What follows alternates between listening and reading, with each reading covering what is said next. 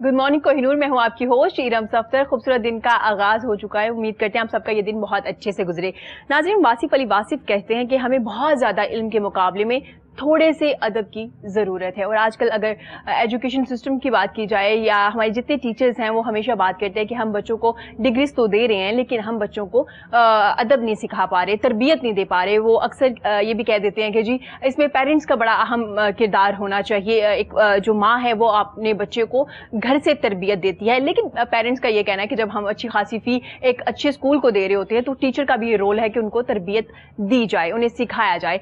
कहीं ना कहीं कोई कमी जरूर नजर आती है। वो कमी कहाँ पे है, इस बारे में बात करेंगे। हार्ड एंड सॉफ्ट स्किल्स के बारे में बात करेंगे। टीचर ट्रेनिंग के बारे में हम हमेशा बात करते हैं, आज भी बात करेंगे, क्योंकि कोरोना वायरस की वजह से आप देख सकते हैं कि ऑनलाइन क्लासेस हुई। जब ऑनलाइन क्लासेस हुई तो बहुत से टीचर्स जो थे उनको प्रॉब्लम आई, क्योंकि पहले हम लोग यूज टू नहीं है ऑनलाइन क्लासेस के। हमारे यहाँ सिस्टम है कि आप क्लास में जाते हैं, एक टीचर है वो आपको फेस टू फेस आपके लेक्चर्स देते हैं। लेकिन अब जब ऑनलाइन एजुकेशन का सिस्टम हमने स्टार्ट किया, फोर्सफुली ही किया, हम करना तो नहीं चाहते थे लेकिन कोरोना ने हमसे करवा दिया। तो फिर उसके बाद टीचर की ट्रेनिंग कितनी जरूरी थी। और स्टूडेंट जो है वो काफी लेजी नजर आए, लेकिन कुछ लोग एक्टिव भी नजर आए। उन्हें लगा कि ये ज्यादा अच्छा सिस्टम है, इसमें टाइम को ज्यादा से ज्यादा बचाया जा सकता है। टीचर के लिए भी आसानी है और स्टूडेंट के लिए भी आसानी है।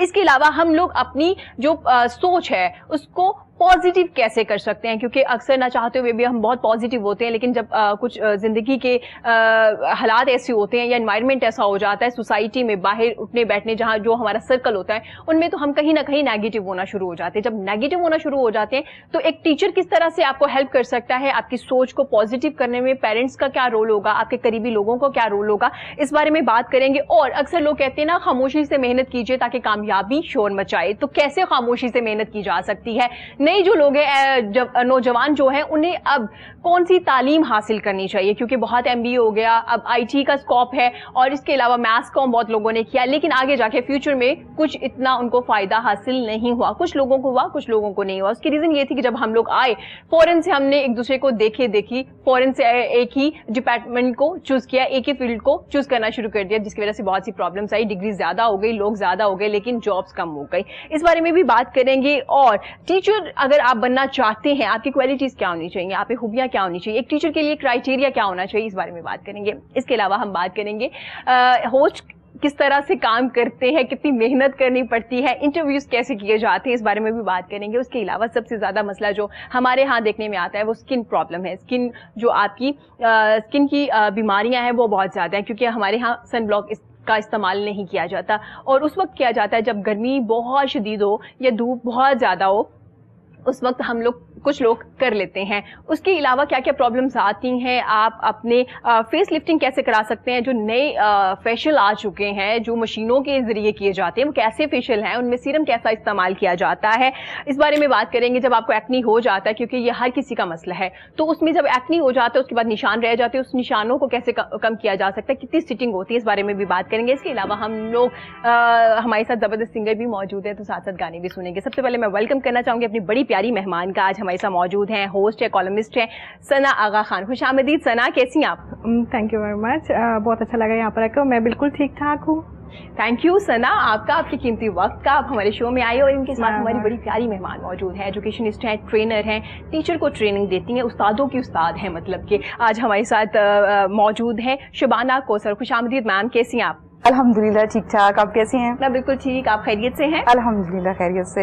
और जी बड़ी प्यारी सी, बड़ी ज़बरदस्त आज हमारे साथ मेहमान है। आप तमाम लोगों की आज फेवरेट होंगी, क्योंकि वो आपको बताएंगे किस तरह से आपने अपने आप को खूबसूरत बनाना है, किस तरह से आपने अपनी स्किन का खास ख्याल रखना है। मैं वेलकम करना चाहूँगी कॉस्मेटोलॉजिस्ट हैं जी हमारे साथ नयाब ज़िशान। खुशामदीद नयाब, कैसी हैं आप? अल्हम्दुलिल्लाह बिल्कुल नयाब, आज तो आप बहुत ही नयाब होंगी, क्योंकि बहुत से लोग देख रहे होंगे आज, आप सब लोग आपको सुनना चाहेंगे आज। इनके साथ हमारी बड़ी प्यारी मेहमान मौजूद हैं जी, एक जबरदस्त सिंगर है। मैं वेलकम करना चाहूंगी फलक इजाज का। खुशामदीद फलक, कैसी हैं आप? अल्हम्दुलिल्लाह मैं बिल्कुल खैरियत से हैं फलक? आज तो कोई मसला नहीं है, लास्ट टाइम आप मेरे शो में आई थी, आप थोड़ा बीमार भी थी। हाँ नहीं, आज तो कुछ भी नहीं है, आज आप खुश भी नजर आ रही हैं। जी जी अल्हम्दुलिल्लाह। हम जी बात कर रहे थे एजुकेशन सिस्टम की। जब बात करते हैं तो मैम मैंने बात की कि आज के नौजवान को कौन सी तालीम हासिल करनी चाहिए, कौन सी डिग्री होना जरूरी है जिससे उन्हें जॉब भी मिल जाएगी? बड़ी इनसिक्योरिटी देखने में आती है ना कि डिग्री मिल जाती है, फिर हम बैठ के ये सोचते हैं कि भैया अब हमने क्या करना है। देखिए, हम लोगों का जो बेसिक हम फोकस करते हैं वो डिग्रीज पे करते हैं, ठीक है, स्किल्स पे हम फोकस नहीं करते। जबकि अगर देखा जाए कि जब हम प्रैक्टिकल लाइफ में आते हैं तो हमारी डिग्री से ज्यादा हमारे जो स्किल्स है हमारी वो काम आती हैं। तो क्या होता है, हमारी जो जनरेशन है हम उनको सिर्फ नॉलेज दे रहे हैं, इंफॉर्मेशन दे रहे हैं, बल्कि इनफैक्ट मैं कहती हूँ एज ए एजुकेशन से मेरी नजर में नॉलेज में इंफॉर्मेशन में बहुत फर्क है। ठीक है, देखिए नॉलेज से हमें एक रास्ता दिखाता है हमें आगे बढ़ने का, अंडरस्टैंडिंग डेवलप करता है कि अगर हमने कोई इंफॉर्मेशन है उसको हम फर्दर कैसे यूज कर सकते हैं, किस तरह वो हमें डेवलप कर सकते हैं। इंफॉर्मेशन जैसा आपके पास होती है, ओके आपको मिल गई, फर्दर आप वैसे आगे ट्रांसफर कर देते हैं।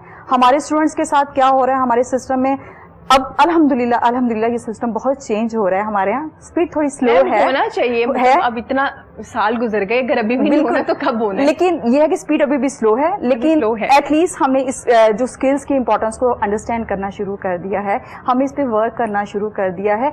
और अगर हमारी न्यू जनरेशन के पास अगर स्किल्स हैं तो वो किसी भी फील्ड में जाकर अच्छा मैम, ये जो आप जिक्र कर रही हैं कि स्लो है सिस्टम, लेकिन चले थोड़ा चेंज होना शुरू हो गया है, लेकिन कुछ एरिया में ये हो रहा है ना, कुछ लोग जो प्राइवेट सेक्टर में हो रहा है। अब हमारे यहाँ तो 3 सिस्टम चल रहे हैं ना, अगर आप अपनी पूरी यूथ को काउंट करेंगे तो 3 सिस्टम में आती है। 3 सिस्टम में से अगर 10% या 5% लोग चेंज हो रहे हैं तो कोई खासा फर्क नहीं होगा। देखिए, इसके लिए जरूरी है कि हम अपने जो एजुकेशन सिस्टम जो चला रहे हैं हम उनको ट्रेन करें, उन्हें ट्रेन करें, उनके लिए ट्रेन होना बहुत जरूरी है। अगर 10% ये काम कर रहे हैं, वो ट्रेंड है, उनको इसकी इंपॉर्टेंस का पता है, ठीक है, कि हमें अपने एजुकेशन सिस्टम को चेंज करना है, वहाँ पे अपने स्टूडेंट्स को, न्यू जनरेशन को स्किल्स सिखानी है।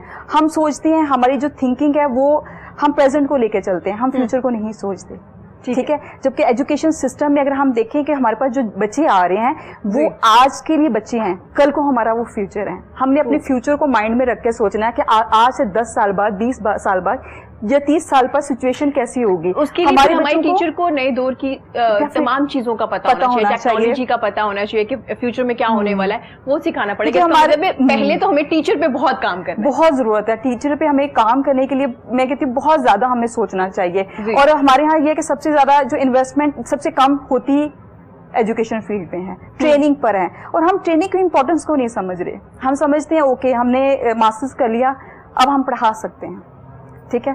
अब वैसे जिनके पास डिग्री है, कुछ लोगों ने पीएचडी भी की हुई है माशाल्लाह से, एक हाई डिग्री है हमारे यहाँ, तो मैम क्या तमाम लोग पढ़ा सकते हैं? क्या तमाम लोग टीचर्स हो सकते हैं? अगर आप इंटेलिजेंट है, आपके ग्रेड बड़े अच्छे आते हैं, क्लास में आप फर्स्ट पोजीशन पे है, गोल्ड मेडलिस्ट है, तो क्या आप एक अच्छे टीचर बन सकते हैं? नो, ये डिपेंड करता है आपकी क्वालिटीज पे, क्या क्वालिटीज पे करता है। आप में स्किल्स होनी चाहिए, आपको पता होना कि हाउ यू कैन टीच। देखिए, हम इस चीज पे हम पढ़ाना है, लेकिन किस तरीके से पढ़ाना हमें वो पता नहीं। सिंपल एक जस्ट इंफॉर्मेशन प्रोवाइड कर देना इट्स नॉट इम्पॉर्टेंट, ये काफी नहीं है। हमें उन्हें अपने स्टूडेंट्स को ये सिखाना है, अपने बच्चों को, कि इस जो आज हम आपको नॉलेज दे रहे हैं इसको आपने अपनी प्रैक्टिकल लाइफ में यूज कैसे करना है, इससे आपको फायदा कैसे मिलेगा। हम जब सिखा देते हैं, बल्कि मैं हमेशा अपने स्टूडेंट्स को ड्यूरिंग ट्रेनिंग कहती हूँ, माशाल्लाह मेरे स्टूडेंट छोटे तो नहीं है, बड़े हैं, बच्चों को जो पढ़ाते हैं वो मेरे स्टूडेंट्स हैं। एज अ टीचर ट्रेनर में काम कर रही हूँ, तो मैं उनको ये चीज सिखाती हूँ कि आप इस चीज पे फोकस करें। देखें, आप इमेजिन करेंगे हमारे पास जो मेरे पास स्टूडेंट्स आते हैं, स्कूल ऑनर्स भी हैं, ठीक है, प्रिंसिपल्स हैं, कोऑर्डिनेटर्स हैं, आपके स्टूडेंट्स हैं। यस, मेरी अभी एक लास्ट जो स्टूडेंट आई है, मुझे बड़ी खुशी हुई कि वो 16 ईयर ओल्ड है, और मैं इतनी खुशी हुई कि ये मेरे पास फर्स्ट स्टूडेंट्स है। स्टूडेंट ऐसी है जिसे मैं कह सकती हूँ कि वाकई वो मेरी स्टूडेंट है, मतलब एज के अकॉर्डिंग अगर देखें तो वो मेरे पास आई है, और मैंने बड़ी खुशी से अपनी क्लास में अनाउंस किया she is my younger student. लेकिन मोस्टली जो है सब एजुकेशनिस्ट हैं, मास्टर की क्वालिफिकेशन अगर देखें तो उनकी अच्छी चीज ये है कि वो इस एज में भी सीखना चाहती है। बिल्कुल, उनकी माइंड में एक चीज है कि मुझे सीखना है। आज हमारे यहाँ ये होता है कि हम टीचर बन चुके हैं तो स्कूल में तो सबसे बेस्ट है, अब हमें सीखने की जरूरत है। देखिए, हमारा माइंड सेट है, हम ये समझते हैं कि जो स्कूल है, जब आप क्लासरूम में इंटर होते हैं तो आप सिखाने के लिए आए हैं, जबकि देखिए क्लासरूम का मतलब क्या है, सीखने की जगह। सीखने वहाँ की जो भी आएगा सीखेगा। अगर आप एज ए टीचर भी आ रहे हैं तो आप सीखने आ रहे हैं। बच्चों से बहुत कुछ बहुत कुछ सीखते हैं। अगर आप सीखना चाहें तो आपको पता ही नहीं चलता कि आप कितना कुछ उनसे सीख लेते हैं। बिल्कुल शबाना जी, हम आपसे ना आज इस बारे में भी बात करेंगे कि अगर आप टीचर बनना चाहते हैं, आपके माइंड में है कि आपने टीचर बनना है, कि इसका प्रोसीजर क्या है। जैसे आप डॉक्टर बनते हैं तो एक डिग्री होती है, फिर आप हाउस जॉब करते हैं, फिर आप हॉस्पिटल में जाते हैं, तो इसी तरह से आज हम इस बारे में भी बात करेंगे। टीचर बनने के लिए सिर्फ आपका एक इंटरव्यू काफी नहीं है, उसके बाद क्या होता है, किस तरह से आप टीचर बन सकते हैं। सना से पूछेंगे, सना कब से लिख रही हैं आप? लिखना मैंने तकरीबन 1 साल हुआ लिखना शुरू किया, मगर इससे पहले मैं होस्टिंग की लाइन में आई थी। सबसे पहले तो इवेंट्स से मुझे शौक चढ़ा कि ये किस तरह से लोग एक दूसरे को जानते हैं, लोगों को जानने की बड़ी क्यूरियोसिटी थी कि लोगों को जाना जाए जी। फिर वहाँ से मैंने शुरू किया कि क्यों ना जो हमने जान लिया वो दूसरों तक भी पहुँचाया जाए। क्या बात है। तो वो चीज़ें फिर ट्रेनिंग सेशन से ट्रेनर्स के साथ इंटरेक्शन हुआ, वहाँ से फिर एजुकेशन चैनल्स के साथ राब्ता हुआ, फिर इस तरह ही सिलसिला चलता रहा। और जो चीज़ें मुझे लगता था कि आम बच्चों, ये स्टूडेंट्स वाली बात है कि लर्निंग प्रोसेस कभी ख़त्म नहीं होता जी। हर फर्द तक जो चीज़ पहुंचनी चाहिए, हाँ जी। उसको बैठ के 1 to 1 हम लोगों ने डिस्कशन कर ली, और फिर वो चीज़ें इस तरह चलना शुरू हो गई। तो और होस्टिंग जब आपने स्टार्ट की, एक्सपीरियंस कैसा रहा? एक्सपीरियंस बहुत शानदार था। बेसिकली तो हमारा यही वो था कि जो ज़िंदगी में आपने अचीव किया, जो ज़िंदगी में किसी और शख्सियत ने किसी सीट पर पहुंचने के लिए अचीव किया, वो अचीवमेंट का था कि वो अचीवमेंट उन लोगों तक, उन स्टूडेंट तक और उन लोगों तक पहुंचे जो उनको एक जिसे कहते हैं ना अपना आइडियल बनाते हैं जी। जो आइडियल बनाते हैं वो उस स्टेप बाय स्टेप उन चीज़ों को सुने। और वो देखें, कई लोग ये सोचते हैं कि भाई ये इस सीट पे बैठा हुआ है तो ये इसके पीछे बहुत बड़ा जनाब जी कोई हाथ होगा या कुछ होगा, इस तरह नहीं होता। हर इंसान की सक्सेस स्टोरी जो है ना जी डिफरेंट होती है, दूसरों से डिफरेंट होती है, और वो इतनी इंटरेस्टिंग होती है कि अगर आप किसी के साथ बैठ जाओ ना 1 to 1 तो फिर वो एक पूरा एक शो बन जाता है। दूसरे से ना ये भी है कि जैसे आपने जिक्र किया कि जरूरी नहीं होता किसी के पीछे बहुत बड़ा कोई हाथ हो, और लेकिन ये जरूरी भी नहीं होता कि किसी के पीछे बहुत बड़ा हाथ ना हो। तो ये 2 डिफरेंट स्टोरीज है, दोनों चलते हैं, डिपार्टमेंट में चलती है, डिपार्टमेंट में चलते हैं। हमारे माशरे में ये बहुत ज्यादा है, मगर जो लोग जो एक जगह पे पहुंच जाए और वो आजिज हो तो इट्स मीन कि वो उसके पीछे स्ट्रगल है। ये कामयाबी की खूबसूरती है और स्ट्रगल है। अगर आप कभी नीचे से उठ के ऊपर नहीं ना आए तो इट्स मीन कि आपको पता ही नहीं है कि नीचे वाले लोग आपके बारे में क्या सोच रहे हैं। ट्रू। तो अब जो सक्सेस स्टोरी मैं यही बताती हूँ कि एक लेवल पे पहुंच के जो बंदा आजिज है ना, इट्स मीन के उसने जिंदगी में बहुत चीजें जो है ना वो सही है। मुझे पर्सनली ये लगता है शबाना जी, शायद आप मेरी बात से एग्री करें कि अगर आप किसी भी डिपार्टमेंट में जाते हैं ना, वहाँ के गार्ड से उनके बारे में पूछ लें कि यहाँ की बॉस, यहाँ के सीनियर्स लोग कैसे हैं, वो आपको ज्यादा अच्छे से बता देंगे। बिल्कुल, आप किस नेचर के हैं और आपकी आदतें कैसी। बिल्कुल, आप जो आपका कस्टोडियन जो स्टाफ होता है ना, वो आपके जितना भी वहाँ पे मैनेजमेंट में जो लोग हैं उन सबको बहुत अच्छे से बताते हैं, उनकी नेचर्स को बताते हैं, क्योंकि जो आपका बिहेवियर उन लोगों के साथ होता है ना, वही आपकी पहचान होती है, वही आगे आपको पहुंचाती है। अच्छे लेवल पे तो जाके हर बंदे ने आप सर करना है, बट ये कि आपका गार्ड, आपके वॉचमैन, आपकी ड्राइवर, भी आपके जूनियर्स हैं, वो आपको बताते हैं कि कई लोग जो जहाँ भी पहुंच रहे हैं या कोई भी अपनी जिंदगी की सक्सेस स्टोरी जिनकी है, मगर ये अंदर से मेरे अंदर ये क्रेज होता था कि अगर ये यहाँ पर पहुंचे हैं तो इसके पीछे आया वही हाथ है या फिर इनकी सक्सेस बारे में भी बात करेंगे, किन लोगों के पीछे हाथ निकला। एक चीज जिनके पीछे हाथ होते हैं ना, वो तब तक ही रहते हैं जब तक वो हाथ है, जब तक वो हाथ। उसके बाद वो कहते हैं ना मंजिल से हट जाते हैं। बिल्कुल। आपने कहा कि फंदा भी बन सकते हैं, तो ऐसा कुछ हुआ आपके इर्द गिर्द के लोगों में जिनके पीछे बहुत बड़े बड़े हाथ है? डेली में भी काफी रेशोज हैं, मतलब मेरे पास डिफरेंट लोग आते हैं और उनकी डिफरेंट स्टोरीज हैं, तो वो फिर जब डिस्कशन होती है तो हर स्टोरी के पीछे एक फंदा जरूर है, एक फंदा जरूर है, ठीक होगा जरूर है। तो नया ऐसा भी होता है जो आपके पास ट्रीटमेंट कराने आते हैं, वो फोन करके कि मैं जी फलां से आई हूँ, मेरा ये रेफरेंस है, तो मेरा ट्रीटमेंट सबसे अच्छा कीजिए, या ऐसा कुछ नहीं होता? मैं ऐसे लोगों को कंसिडर ही नहीं करती नहीं। मैं कहती हूँ आप उधर ही जाएं, आप उधर ही जाएं जो ये लोग ये बातें सुन सकते हैं। नया एक्ने बहुत बड़ा मसला है हमारे यहाँ, क्योंकि डस्ट ज्यादा है और हम लोग सन ब्लॉक का इस्तेमाल बहुत कम करते हैं, बहुत कम लोग करते ही नहीं है, और शायद सिर्फ गर्मियों में ही कर लेते हैं, हमें लगता है सिर्फ गर्मियों में करना चाहिए, सर्दियों में हाँ बहुत कम करते हैं ना हम लोग सन ब्लॉक का इस्तेमाल। तो एक्नी पहले तो होता क्यों है, क्या रीजन है, क्या आपके कोई इंटरनल प्रॉब्लम भी होती है उस वजह से भी होता है, या सिर्फ ये डस्ट है या गर्मी है या पानी का इस्तेमाल नहीं करे इस वजह से होता है? देखिए हमारे लाहौर में, स्पेशली मैं किसी और सिटी की बात नहीं करती, हमारे लाहौर की तो पोल्यूशन आपको सबको ही पता है, हाँ जी, ट्रैफिक और ये, और हम लोगों को सबसे पहली प्रॉब्लम ये है कि हम लोग पानी नहीं पीते, ठीक है। हम इधर सारे बैठे हुए हैं, सबसे पूछ लें कि आप कितने ग्लास दिन में पीते हैं, 2-3 हार्डली, हालांकि मैक्सिमम आपने 8 to 16 ग्लास पानी पीना है अगर आप हेल्दी स्किन चाह रहे हैं, ठीक है। अगर एक तो पहला मसला हमारा पानी का है, दूसरा हमारा पोल्यूशन है, ठीक है, हमारी एनवायरनमेंट इतनी गंदी है, डस्ट इतनी ज्यादा है, और डेली बेसिस पे हम लोग को हमारी रूटीन्स ये बनी हुई है कि हमने मॉर्निंग में उठना है, वहां मुंह धोना है, और रात तक फिर हमारा मुंह नहीं धुलता। एग्जैक्टली आप लोग सारे हंस रहे हैं क्योंकि मैंने सच बोल दिया, और ऐसा है, सुबह का मुंह धुला हुआ और रात तक जी हम तो साफ है, हमारे स्किन ठीक है, how can you say that, ठीक है। आपकी स्किन के लिए आपको उसको डेली कम से कम, अल्लाह पाक ने हमें 5 वक्त का नमाजी हमें कहा है, 5 वक्त का वजू कर लें तो हमारी स्किन पे कोई एक्ने कभी ना निकले। जबरदस्त, ठीक है। अगर वो हमने नमाज भी नहीं पढ़नी, फिर हमने मुंह भी नहीं धोना, फिर हमने डॉक्टर्स के पास भागना है, तो डॉक्टर क्या करेगा? ठीक है ना, हमें लगता है डॉक्टर क्या करेगा? एक्ने जब देखें, एक्ने के मल्टीपल इश्यूज होते हैं, कोई एक इशू नहीं है, एक इशू नहीं, ठीक है। किसी के हार्मोनल इश्यूज होते हैं, किसी के डाइजेस्टिव सिस्टम नहीं ठीक होता, किसी को स्किन के वैसे वो क्लीन नहीं रखते, वो ब्लैक हेड्स बनते हैं, उसके बाद वो एक्ने बन जाते हैं, फिर वो बढ़ता जाता है, हाँ वो मसला भी शुरू हो जाता है। ऐसे तो अच्छा, जैसे आप लोग एक्नी को भी ट्रीट कर रहे हैं, अगर आपके एक्टिव एक्नी है, क्योंकि डिफरेंट टाइप की एक्नी होती है, एक्नी होती है ना आपको, जो एक्टिव एक्नी है और ज्यादा हो जाती है चीक्स पे या आपके फोरहेड पे, डिफरेंट लोगों को डिफरेंट पार्ट में हो रही होती है, तो उसको किस तरह से ट्रीट करें आप लोग? देखिए डिफरेंट प्रोसीजर्स हैं, ठीक है। अगर आपकी ड्राई स्किन है तो उसके लिए ट्रीटमेंट डिफरेंट होगा, ठीक है। अगर आपकी ऑयली स्किन है उसके लिए ट्रीटमेंट डिफरेंट। कुछ लेजर कर रहे हैं आप?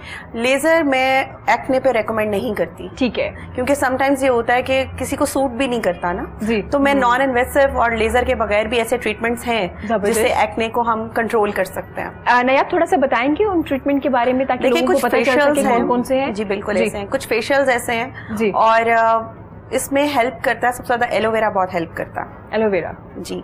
एलोवेरा की कुछ सीरम्स ऐसे हैं वो अगर हम खाली वो भी अप्लाई करें तो एक्ने को हम काफी हद तक कंट्रोल कर लेता है, ठीक है। और आजकल काफी ब्यूटिशियंस ऐसे हैं जो कि सॉरी टू से मैं नाम नहीं ले रही, लेकिन ब्यूटिशियंस ऐसे हैं एक्ने स्किन पे ऐसे ट्रीटमेंट्स करते हैं वो एक की जगह 10 और हो जाते हैं। लेकिन मैं ये कहती हूँ जब आपको पिंपल निकला है तो उसको जान छोड़ दें, उसको रहने अपने वक्त पे जाएगा, उसको हाथ ना लगाएं, उसको छेड़े ना, उसको टेंशन ना लें, उसने जाना ही जाना है। हाँ, अगर आपको बहुत ज्यादा एक्ने हो रहा है तो फिर उसके साथ हम मल्टीपल प्रोसीजर्स हैं, वो according to your skin decide होगा। ठीक हो गया। कितनी सिटिंग होंगी ऑलमोस्ट अगर एक्टिव हैं आपके? 3 to 4 इंशाल्लाह हो जाएंगे। कितनी देर बाद करवानी पड़ती है, कितना ड्यूरेशन होता है? डिपेंड करता है पेशेंट टू पेशेंट, कि वीकली भी आना पड़ता है, 2-3 डेज के बाद भी आना पड़ता है, हो सकता है ट्वाइस अ मंथ भी आ सकते हैं। ठीक हो गया। नायाब, अगर आप ट्रीटमेंट ले रहे हैं एक्ने का और आपको नेक्स्ट डे मेकअप करना है तो कर सकते हैं या नहीं? ये जो ट्रीटमेंट है इसमें नहीं कर सकते? कितने दिन के लिए? एक्ने में मेकअप तो मैं रेकमेंड नहीं करती, अगर कोई केमिकल नहीं, कोई कौन सी मजबूरी, स्किन से बढ़ के कोई मजबूरी नहीं है, ना जाए आप कहीं, मत करें मेकअप, न्यूड फेस लेके जाएं, किसी ने क्या कहना भाई, निकले हुए अगर आप स्क्रीन पे बैठ रहे हैं तो इट्स ओके। अच्छा, लोग देख लेंगे, देखिए जबरदस्त। नायाब, आपने सबसे ज्यादा शोज देखे हैं अगर आप ये मुझे कह रही है ना तो फिर आपको देखने पड़ेंगे, आपको जरूरत नहीं है मेकअप की। ठीक हो गया। नायाब, मुझे ये बताइएगा कि जैसे आप जिक्र करिए कि ये फेशियल वगैरह कुछ ऐसे होते हैं, कुछ लोगों ने ट्रीटमेंट लिया क्योंकि हमारे यहाँ ये बहुत ज्यादा ट्रेंड स्टार्ट हो गया ना, तो पील ऑफ होती है आपकी स्किन, उतरना शुरू हो जाती है, बर्न होके किसी और तरह में, आई डोंट नो आपकी लैंग्वेज में क्या कहते हैं इसको, या क्या ये वो वाली फेशियल है? नहीं, ये वो वाले फेशियल डिफरेंट है, वो डिफरेंट है। एक्ने पे ऐसे फेशियल्स करने नहीं चाहिए। पीलिंग एक्चुअली अगर आप एक्ने पे करते हैं तो वो उसमें दूसरे प्रॉब्लम ज्यादा आ जाते हैं। हाँ जी, ठीक हो गया। इस बारे में मजीद बात करेंगे क्योंकि कुछ अपनी बातें निशान छोड़ जाते हैं, वो क्यों छोड़ जाते हैं, उनका ट्रीटमेंट क्या है, इस बारे में भी बात करेंगे। फलक, कैसी हैं आप? खैरियत से हैं? जी अल्हम्दुलिल्लाह, मैं पहले भी बता चुकी हूँ, मैं बिल्कुल ठीक हूँ। तो फलक मुझे दोबारा बता दो, मेरा दिल कर रहा है भाई, तुम मुझे बताओ कि तुम कैसी हो, तुम खैरियत से हो? मैं बिल्कुल ठीक हूँ, बिल्कुल ठीक हो, अल्हम्दुलिल्लाह। अच्छा फलक, मुझे बताइएगा क्या मसरूफियत है आजकल? लॉकडाउन रहा और स्टूडियोज वगैरह भी बन रहे और गाना रिकॉर्डिंग चल रही है या नहीं चल रही अभी? नहीं, काम तो चल रहा है, पहले था काफ़ी, मतलब सख्ती भी हुई थी, चेकिंग हो रही थी ये वो, लेकिन उसके बाद मतलब 1 मंथ हो गया कि मतलब आसानी आ गई है। आसानी आ गई है। तो फलक कुछ गाने वगैरह रिकॉर्ड करवाए आपने अभी? जी मेरे काफ़ी जो है मैंने नात भी करवाए हैं, और उसके बाद फिर मेरे कुछ सॉन्ग्स भी आए हैं, रिकॉर्ड हो गए, उसके भी वीडियो पे काम हो रहा है। उसकी वीडियो में आप खुद आ रही हैं? हाँ, मैं हूँ, और एक मेरा बहुत ही अच्छा सॉन्ग मज़र आई और मेरा ड्यूट सॉन्ग आ रहा है, और बहुत जल्द इंशाल्लाह मार्केट में, इंशाल्लाह जी। और मतलब बेस्ट ऑफ लक जी, जो मेरे अपने भी हैं, मतलब सोलो भी आ रहे हैं और ड्यूट भी आ रहे हैं। ड्यूट भी आ रहे हैं, जबरदस्त। हम वेट करेंगे जल्दी से आपके गाने आए ताकि हम लोग भी सुन सके। शिबाना जी, हम जिक्र कर रहे थे टीचर बनने का प्रोसीजर, स्टेप बाय स्टेप आप कैसे अच्छे टीचर बनेंगे, तो क्या है वो खासियत, क्या है वो खूबियां जो आपके अंदर होंगी तो आप एक अच्छे टीचर बन सकते हैं? देखिए हमारे यहाँ तो ये हम सोचते हैं हम सभी टीचर बन सकते हैं, हम सभी टीचर बन सकते हैं, लेकिन कहीं ना कहीं हम होते भी हैं डिफरेंट डिपार्टमेंट में अपने अपने टीचर। हम अपने घर में होते हैं, हमारे घर में होते हैं, छोटे बहन भाइयों के लिए हम टीचर्स होते हैं। तो देखिए टीचिंग का सबसे पहले आपको इसकी इंपॉर्टेंस को समझना होगा जी। आपको देखिए, हम टीचिंग से एक ऐसा प्रोफेशन कहते हैं सीखने सिखाने का ये शोबा है। हाँ जी। ठीक है, इसमें आपको इसकी अहमियत को समझना है कि आपने एक प्रोफेशन नहीं है आपका, आपने दूसरे प्रोफेशन जनरेट करने जी। ठीक है, तो इसके लिए आपने उस न्यू टेक्निक से आपको फेमिलियर होना जरूरी है, न्यू मेथड्स आपको आने चाहिए, ट्रेन हो, खुद को वेल ग्रूम करें, अपडेट रखें।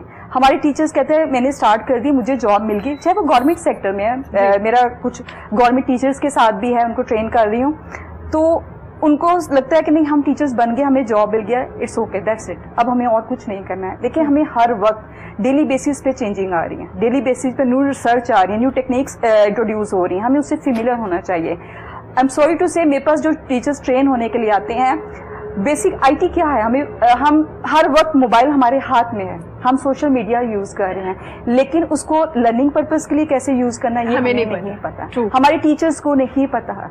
हमें अपने MS ऑफिस सिंपल एक है, टाइपिंग कैसे करनी है नहीं है, ईमेल एड्रेस मेल कैसे करनी है, हमारी फीमेल्स को नहीं पता। और जबकि हम लोग सबसे ज्यादा वक्त अपना सोशल मीडिया पे देखिए आप देते हैं। मैं एक इसलिए मैंने सोचा कि नहीं, एक ये कोविड-19 सिचुएशन ऐसी है, एक तरह से अच्छी है, बहुत कुछ सिखाने के लिए वक्त मिल गया, आप कहते खुद को पहचानने के लिए, खुद के साथ वक्त भी हमने गुजारा, हमें पता ही नहीं था हमें क्या वीकनेस है, हमारी स्ट्रेंथ क्या है, आइडिया ही नहीं था, हमें कभी ये सोचा ही नहीं। हर वक्त हम बिजी हैं, हमारे पास बहुत कुछ है करने पे, हम इतना टाइम स्पेंड करते हैं, लेकिन अब जब थोड़ा सा सुकून से बैठे हैं तो खुद को जानने का वक्त मिला कि हम हैं कहाँ पे, हमारी पहचान क्या है। वो कहते हैं ना अपनी औकात की जब बात करते हैं ना, सही वर्ड जो है, तो हमें खुद अब वो पता चली कि है क्या, हम कहाँ स्टैंड कर रहे हैं, हम सरवाइव कर सकते हैं कि नहीं। इस सिचुएशन हमें सरवाइव करना सिखाया है। टीचिंग का देखिए, टीचर्स में स्कूल सबसे पहले जो स्कूल सेक्टर्स है उसको बंद किया गया, तो बहुत सारी प्रॉब्लम स्टार्ट हुई। हमारा अपना ट्रेनिंग इंस्टीट्यूट है, ग्लोबल मॉन्टेसरी कोचिंग इंस्टीट्यूट, जहाँ पे मैं as a trainer school management, specially मैं मैनेजमेंट ट्रेन करती हूँ स्कूल्स को, मैं टीचर्स प्रिंसिपल्स को, या IT ट्रेनर भी हूँ। तो हमने सबसे पहले इस चीज़ को हमने अंडरस्टैंड किया, देखिए हमने ये कि नहीं ये बहुत ज़्यादा क्राइसिस है, कार के जल्दी स्टार्ट हो जाएंगे, नहीं, हम इस चीज़ को रियलाइज किया कि नहीं अभी बहुत टाइम लगेगा, हमें कुछ ना कुछ इस तरह के स्टेप लेने हैं कि ये जो ट्रेनिंग का सिस्टम है ये रुके नहीं, हमें इसको करना है। हमने डे नाइट मीटिंग्स की, हमने प्लान्स किए, जैसे वो कह रहे हैं कि लोगों को ऑनलाइन आने में इतना टाइम लगा, हमने अपने सिस्टम को विद इन वन वीक हमने अपना टोटली 100% सिस्टम अब ऑनलाइन लेके, जबरदस्त। हमें कोई ऐसा रीजन क्या थी, हमने उस चीज को अंडरस्टैंड किया, हमने सिचुएशन को अंडरस्टैंड किया, हमने अपने स्टूडेंट से, उनसे टीचर से बात की कि नहीं वो उनके प्रॉब्लम्स थे, जॉब्स चली गई हैं, पहले वो ट्रेनी थी, उनके पास ऐसी चीज नहीं है, हम उन्हें इंपॉर्टेंस समझाते हैं कि ट्रेनिंग क्यों जरूरी है। ठीक है, देखिए हमने पढ़ाना है, एक न्यू जनरेशन को हम रेडी कर रहे हैं। अच्छा, ट्रेनिंग का जो कॉन्सेप्ट है ना, क्योंकि बहुत से स्कूल्स ने एक दूसरे को देखे देखे ना टीचर ट्रेनिंग स्टार्ट करते हैं और वो मेंशन भी करते हैं, बार बार बताते भी, लेकिन टीचर ट्रेनिंग में क्या चीजें होनी चाहिए ना, ये अभी तक हमें नहीं पता। हमें लगता है कि 2 या 3 घंटे की एक वर्कशॉप है जिसमें एक टीचर या एक मोटिवेशनल स्पीकर आके कुछ लेक्चर्स देंगे, हमें मोटिवेट करेंगे, हमें ये बताएंगे कि भाई आप बड़ा अच्छा काम करें और मजीद अच्छा काम कीजिए। देखिए ट्रेनिंग में क्या चीजें होनी चाहिए ये मेंशन नहीं किया जा रहा। इसके लिए हम सॉफ्ट स्किल और हार्ड स्किल्स में डिफरेंस नहीं जानते जी, ठीक है। अगर हम जो कहते हैं कि किस तरह पढ़ाना है, ये हार्ड स्किल्स में हम उन्हें मेथड्स बताते हैं, टीचिंग टेक्निक्स बनाते हैं कि स्कूल्स को आप अपने स्टूडेंट्स को किस तरह आपने मैनेज करना है, क्लासरूम को कैसे मैनेज करना है, एक क्लास में जो 40 मिनट्स हैं उसको किस तरह आपने इफेक्टिव बनाना है, किस तरह आपने एक्टिविटीज को डिजाइन करनी है, गेम्स के थ्रू अपने स्टूडेंट्स की लर्निंग कैसे करवा सकते हैं। कुछ लोग बच्चे होते हैं वो वीडियो के थ्रू ज्यादा अच्छे से सीख लेते हैं, कुछ लोग बातों लर्निंग स्टोरी से ज्यादा अच्छे से सीखते हैं, कुछ लोग रिटन फॉर्म में अगर आप उनको लिख के देंगे तो वो ज्यादा। तो इसके लिए एक टीचर को बहुत फास्ट और बहुत क्विक होना चाहिए कि भाई मुझे इन तमाम बच्चों को कैसे साथ ऑब्जर्वेशन जो है ना उसको ऑब्जर्व करना है, अपने हाथ को अंडरस्टैंड करना है। देखिए आप बात करें, ये हम कहते हैं, इसको कहते हैं टीचिंग या लर्निंग स्टाइल। हर इनका अपना स्टाइल है, अपना स्टाइल, ठीक है। मेरा अपना स्टाइल है, मैं अपने तरीके से सीखती हूँ, आप आपका अपना स्टाइल है, सबका है। फिर हम क्यों समझते हैं कि जो हमारी क्लास में 20 या 40 स्टूडेंट्स हैं, समटाइम 40+ भी हैं, उनको हम एक ही मेथड से सिखाएंगे। ट्रू, ठीक है। उनके लिए हम एक ही लेक्चर मेथड यूज कर रहे हैं, हम फ्रंट पे खड़े हैं, वो सब खामोशी से बैठे हैं और हम बोली जा रहे हैं। हम उन्हें ये, इसको मैं कहती हूँ इंफॉर्मेशन दे रहे हैं, ये नॉलेज तो नहीं ना हुआ, ये ट्रेन वो चीज तो नहीं हुआ।